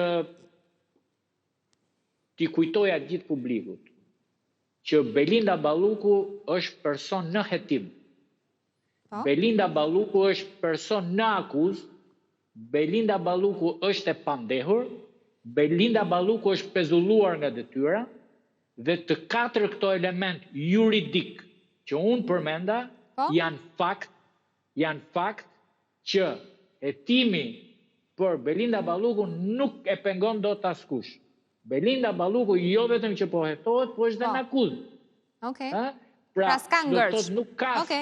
Po çfarë ngërçi ka kur është në akuzë, është e pandehur, është me mas sigurimi. Mund të merret si shembull, nuk po flasim a ka dhënë imunitetin apo jo. Të mos lejuarit e drejtësisë mund të merret si një problem që ti Shqipërisë të riqet veshët dhe të thuhet vazhdoni me drejtësinë dhe lëreni të bëjë detyrën. Ajo që me të drejtë opinioni ndërkombëtar, Komisioni Këshilli i Europës shprehet apo Bashkimi Evropian është çështja e procedurës dhe afateve të shqyrtimit, i Të cili thot, po. absolutisht Komisioni për mandate duhet respektoj dhe unë besoj që nuk do kalojnë afatet maksimale. Okej. Por nga ana tjetër, që të bëhet pengesë për integrimin e Shqipërisë, pse u pezullua nga detyra dhe nuk u arrestua, ndërkohë që po hetohet dhe do shkojnë në gjykim, unë nuk e shikoj që jetë çështje por një arsye të thjeshtë, Po? sepse të gjithë vendet të cilat janë antarësuar, duke filluar nga Rumania, Bullgaria, Kroacia dhe gjithë vendet e tjera që kanë pas zyrtar të lartë, i kanë pas në gjendje të lirë. Pastaj gjykata është shprehur dhe i ka dënuar me burgim kur i ka deklaruar fajtor. Pra, nuk përbën pengesë për Shqipërinë procesin e integrimit, ka 1 milion probleme të tjera dhe këtu do të jemi që mund të ketë më të mëdha Shqipëria se sa shqyrtimi i një masë siguri. Mirë, problem mbetet jo për Shqipërinë në tërësi, po për opozitën mbetet problem kreshnik, korrupsioni i Belinda Ballukut. Diskutojmë tani për protestën, do kthehemi tek ti në mbyllje për protestën që pam të martën. Është problem për opozitën çështja e korrupsionit? Kjo çështja e Ballukut është problem. Është problem për ta? Për zotin Rama, me sa duket nuk është problem, sepse ndryshe do ta kishte dhënë, apo jo? Nuk është se është kaq problem, jo. Pra, për Rama nuk është problem. Jo, për opozitën s'është një problem. Okej, do vite tek mendimi jot, po ta shohim njerëz se si e ka parë mazhoranca protest me molotov, me fishek zjarre, me protest të dhunshme, sepse pati të lënduar, dhe kur flasim për persona që preken, qoftë protestues që uniformat e policisë, patjetër që ka pasur ushtrim dhune. Po, do ndalem në tre pika. E para, protesta absolutisht opozita është në drejtën e saj. Protesta është e garantuar nga kushtetuta dhe është një element shumë i rëndësishëm dhe unë vazhdoj të qëndroj faktit që opozita në çdo vend demokratik duhet luajë rolin e saj, sepse një vend pa opozitë është një vend i vdekur. Në këtë rast, opozita e ushtroi të drejtën e saj të protestës. Drejtë demokratike, po. Çfarë gaboi? Po? Jo vetëm gjykimin tim, se thatë me çfarë sysh e pat, me të njëjtët sy që e pam të gjithë. Çfarë gaboi opozita? Gaboi sepse eskaloi në dhunë, të tepruar në gjykimin tim ku nuk kish nevojë, dhe në dhunë të drejt për drejt ndaj policisë. Tani policia është e shtetit, nuk është e pushtetit. Nuk është as e imja, as e kolegëve të mi deputet të Partisë Demokratike. Policia është e shtetit. Sot mbron një institucion dhe një kryeministër dhe një ministër që është aty në detyrë, nesër mbron një tjetër, pas nesër një tjetër, dikur ka mbrojtur një tjetër. Nuk mund sulmosh të policinë e shtetit në mënyrë të drejtë. Po, policia e shtetit është e shtetit, jo e pushtetit. Ta sulmosh në mënyrë të drejtë për drejtë është krim. Ti po tenton të dëmtosh një oficer të policisë. Kjo është e dëmshme. Tjetër, çfarë mesazhi përcjell? Përcjell mesazh që Rama ndërtohet. Që Ramën do ta hedhim në lagë. Ja arrin këtë, do t'ja arrin? Ka një problem. Unë ja kam thënë dhe kolegëve të mi në komision. Unë e vlerësoj shumë që jemi dakordsuar që të ulemi në komisionet e posaçme të përbashkëta. Ajo që nuk kuptoj është që ne ndërtojmë një kalendar pune në kuvend dhe kolegët e mi të opozitës dalin dhe thonë, i thonë qytetarëve, i thonë qytetarëve, sot është fundi i këtij regjimi. Dhe ndërkohë ne na thonë, nesër në datën 11, në orën 10 kemi lënë mbledhje për të diskutuar rendin e ditës. Pra, qytetarëve u thotë, sot është ditë e fundit, kilometri i fundit, sekundi i fundit, ne na thotë nesër do mblidhemi se kemi këtë diskutim. Rëndësishme është të kuptojmë sa kilometra larg është Rama. Po, e din ata sa kilometra. Ne jemi aty ku na kanë çuar qytetarët aq kilometra larg, protestat nuk kanë asgjë të keqe në vetvete, por këto protesta ku për më tepër se duhet ndalem te kjo. U tha nga opozita dhe në veçanti nga kryetari i saj, më vjen keq. U tha që nuk pati asnjë të lënduar nga policia e shtetit. Kjo është fyerje për policinë e shtetit. Nuk është rajona policia. Unë kam qenë transmetim live, kemi parë gjithë kamerat, veshjet e policëve ishin në plak, ishin të djegura. Kushdo që ta bëj këtë, kushdo që e bën këtë, kjo është e gabuar. Por ishin dhe protestat mund të kenë dhunë më dhe njërë. Ledion Albati, patjetër, atëre, ja të them njerëz që janë protestë dhe ditësh me masë sigurimi ku gjykata i ka shpall pa ligjë. Ta jap përgjigjen edhe për këtë. Po të jap një përgjigje duke qenë se më përmendi kolegun tim zotin Natbati që është i opozitës. E para unë di që ka një hetim për rastin fjalë. Por ajo që dua të them është që duhet kuptojmë një gjë. Unë uroj shërim të shpejt, unë e di që ai është në shtëpinë me sa kam marrë informacion, uroj shërim të shpejt, absolutisht ndaj askujt nuk duhet të ushtrohet një dhunë për më tepër jo proporcionale. Por ato janë momentet që ne kemi parë. Unë ja lë institucioneve përkatëse ta bëjnë hetimin dhe të marrin gjitha masat që janë të nevojshme. Por duhet të thënë një gjë, polici që është me skafandër, në errësirë, me gaz, që shkon e provokojnë me qindra njerëz, nuk është në atë këfjellësinë që jemi ne këtu mundësisht të hapin të ndrojnë dhe këtë shishën e ujtë. Polici prandaj është tërvitur dhe është polici dhe nuk është qytetari thjesht si mua. Ai nuk është i forcave renea, zonjë. Jo, po ai është polic për të ruajtur rendin dhe sigurinë. E ka ruajtur dhe ju e pak që ata tani nuk po mbroj askënd pra. Jo pra jo se policët të parë të mbrojnë këtu, por të nuk po mbroj askënd. Po them atë di institucioni përkatës që bën hetimin e brendshëm. Por po them që ti kundërvjesh policit, ti thua që po ushtron dhunë, ndërkohë që policët i dogjën të gjallë, kjo nuk është normale. Dhe për më tepër thua që si ka gjetë asgjë. S'kishte as i të plagosur, kjo është fyerje. Tash çfarë flasim për protestën kur këtu nuk respektohet as njeriu, as institucioni, as polici. Nuk ndjeni asnjë risk, nuk mendoni që është një kohë që opozitës mund t'i jepni diskutimin për qeverinë teknike, një nga kërkesat për t'ulur për t'i dëgjuar fakte. Nuk i merrni llogari. Çështja është kjo qeveria teknike nuk ekziston fare. Nuk e kemi diskutuar ndonjëherë, nuk e di nga ka dalë, ne kur nuk e kemi përmendur. Jo, ata e kërkojnë, nuk e keni nxjerr ju, është e drejtë. Po mund të kërkojnë çfarë duan, e kanë kërkuar dhe e kanë marrë më përpara dhe s'kanë bërë asgjë. Tash sa herë kërkojnë diçka, ne do t'i japim diçka. Ne vërtet kemi thënë që dora është e shtrirë për bashkëpunim, po jo për çdo kërkesë të tyre që vjen nga hiçi. Okej. Histori pse nuk e intereson opozitës korrupsioni kur ngren protesta të tilla 20 shkurit e ditët e radhës? Po nuk më duket, të paktën me që përmendë zonjën Balluku, nuk më duket se ka qenë target zonja Balluku i sulmit opozitës. E drejtë është se dhe ministria nuk është se kanë shkuar, po... Pikërisht për asë, po ta marrësëm këtë kuadrë... Ta specifikosh, po e drejtë. Kam vajtur vetëm para kryeministrisë edhe ke parlamenti ku nesëm kam votuar, kam bashku dhe votat, ose një ditë për para. 92 sot në duket, pa. Kështu që, apo edhe radhën e kaluar, kur ishte fjalla për bordin e paqes, që u emri i kryeministrit të Rama aty. Kështu që bashkum votat. Janë paqëtorë, kur duan. Vajtën atje. Dhe këtë kuadrë nuk është janë target.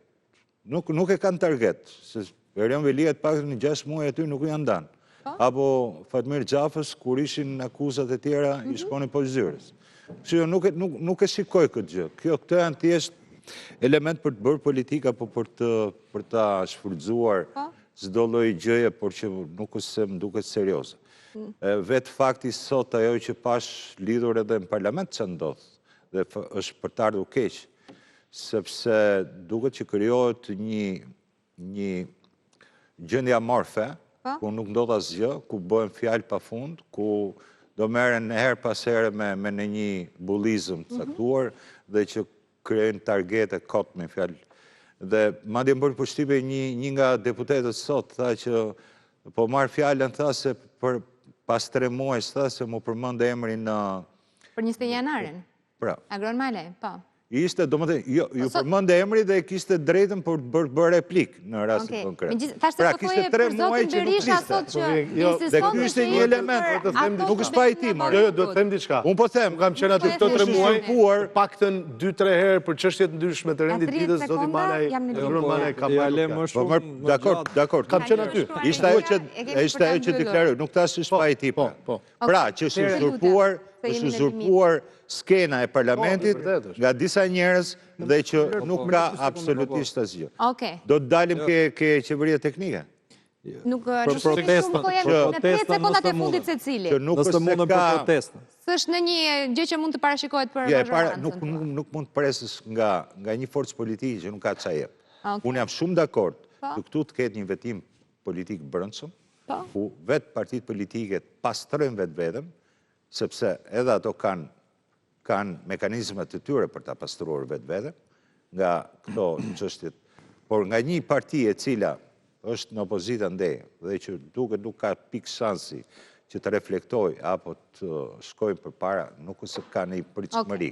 Këtë faktikisht mund ta bëj majoranca dhe ka shansin të bëj, por nuk më duket shumë nga ana tjetër. Shumë e realizueshme, 30 sekondat e fundit. Para që është koha për të protestuar, mendoj që është koha më e mirë për të protestuar. Do protestoni me lëvizjen e RRD? duhet kishte protesta më masive. Redi, do protestoni Patjetër do t'i bashkohemi Uredi protestën. Shmermali në Roma. Jo, vetëm për diskutu për protestën, sepse Do japim vëmendje në vim. çështja ishte më e rëndësishme. Dhe momenti që 20 sekonda. e parë një herë nuk pranoi asnjë lloj sjellje dhune ndaj punonjësve të policisë shtetit, është e papranueshme dhe duhet vendoset si normë. Mënyra se si i bën Partia Demokratike protestat duhet krejtësisht i ndryshoj, duhet një frym tjetër, duhet thrasi dhe njerëz tjerë, shoqëri civile, faktorë opozitare etj për ta zgjeruar protestën. Por mënyra se si pushteti intimidon protestuesit në çdo protestë, jo vetëm të Partisë Demokratike, por të çdo faktori që proteston është brutale. E them këtë sepse kam parë me qindra raste kur arrestohen njerëz të cilët pothuajse ose nuk kanë qenë fare në protestë ose kur nuk kanë bërë një veprim të dhunshëm. Dhe pushteti nuk mund të jetë represiv ndaj protestave qytetare kur shprehet mendimi politik. E qartë. Atëherë me që më the vetëm 10 sekonda dhe të kuptoj se çfarë halli ke, po të them me 10 sekonda që Partia Demokratike po bën këto protesta pikërisht për të pasur këto efekte piroteknike, të cilat unë i kam parë, ti ke parë, gjithë kemi parë në gjitha mediat ndërkombëtare për treguar që këtu ka një problem. Që ka një Kurse sa i përket saj, jo po e gjëmua, jo po i ram policisë, të dyja forcat e kanë humbur mendimi im të drejtën morale, jo të drejtën morale për të akuzuar një tjetrin për dhunë, sepse këta kanë organizuar 20 janarin, ata kanë vrarë në 20 janar dhe kjo i ka bërë që të humbin e drejta morale për të folur për dhunën cili krashi vjen. Okej, Kreshnik, duket të do na bësh vetëm natë të mirë ose një fjali për protestën, me një fjali. Një fjali. Një, vetëm. Sali Berisha, sa herë ka protestuar, nuk ka dëmtuar qeverinë, ka dëmtuar Shqipërinë. Asnjëherë nuk ka rrëzuar, ta mbaroj, asnjëherë nuk ka rrëzuar qeverinë me protesta, vetëm dëmton me imazh Shqipërinë. Sikur të ketë më shumë njerëz, ai e bën përsërisi 1997. Se Edi Rama 21 Kreshnik ç'a bëri? Bisedën pastaj me Kreshnikun, faleminderit. Faleminderit Kreshnik, faleminderit Nesuri, faleminderit Male, faleminderit Ramaj, faleminderit edhe Gjafo. Nëse mund ta mbyll me një kërkesë, të lutem Marcela. Sepse si nën kryetari i grupit parlamentar të Partisë Socialiste, më duhet që atë material që ju e citoni me të drejtë. Patjetër e kam këtu ja. Dua që t'ia përcjell kolegëve të mi. Patjetër, ja ku e kam këtu. Redaktoria ma ka dërguar. Dhe me njëherë sapo të mbaroj, ja ku e kam këtë dokumentin, nuk të ta dërgoj. Faleminderit, natën e mirë.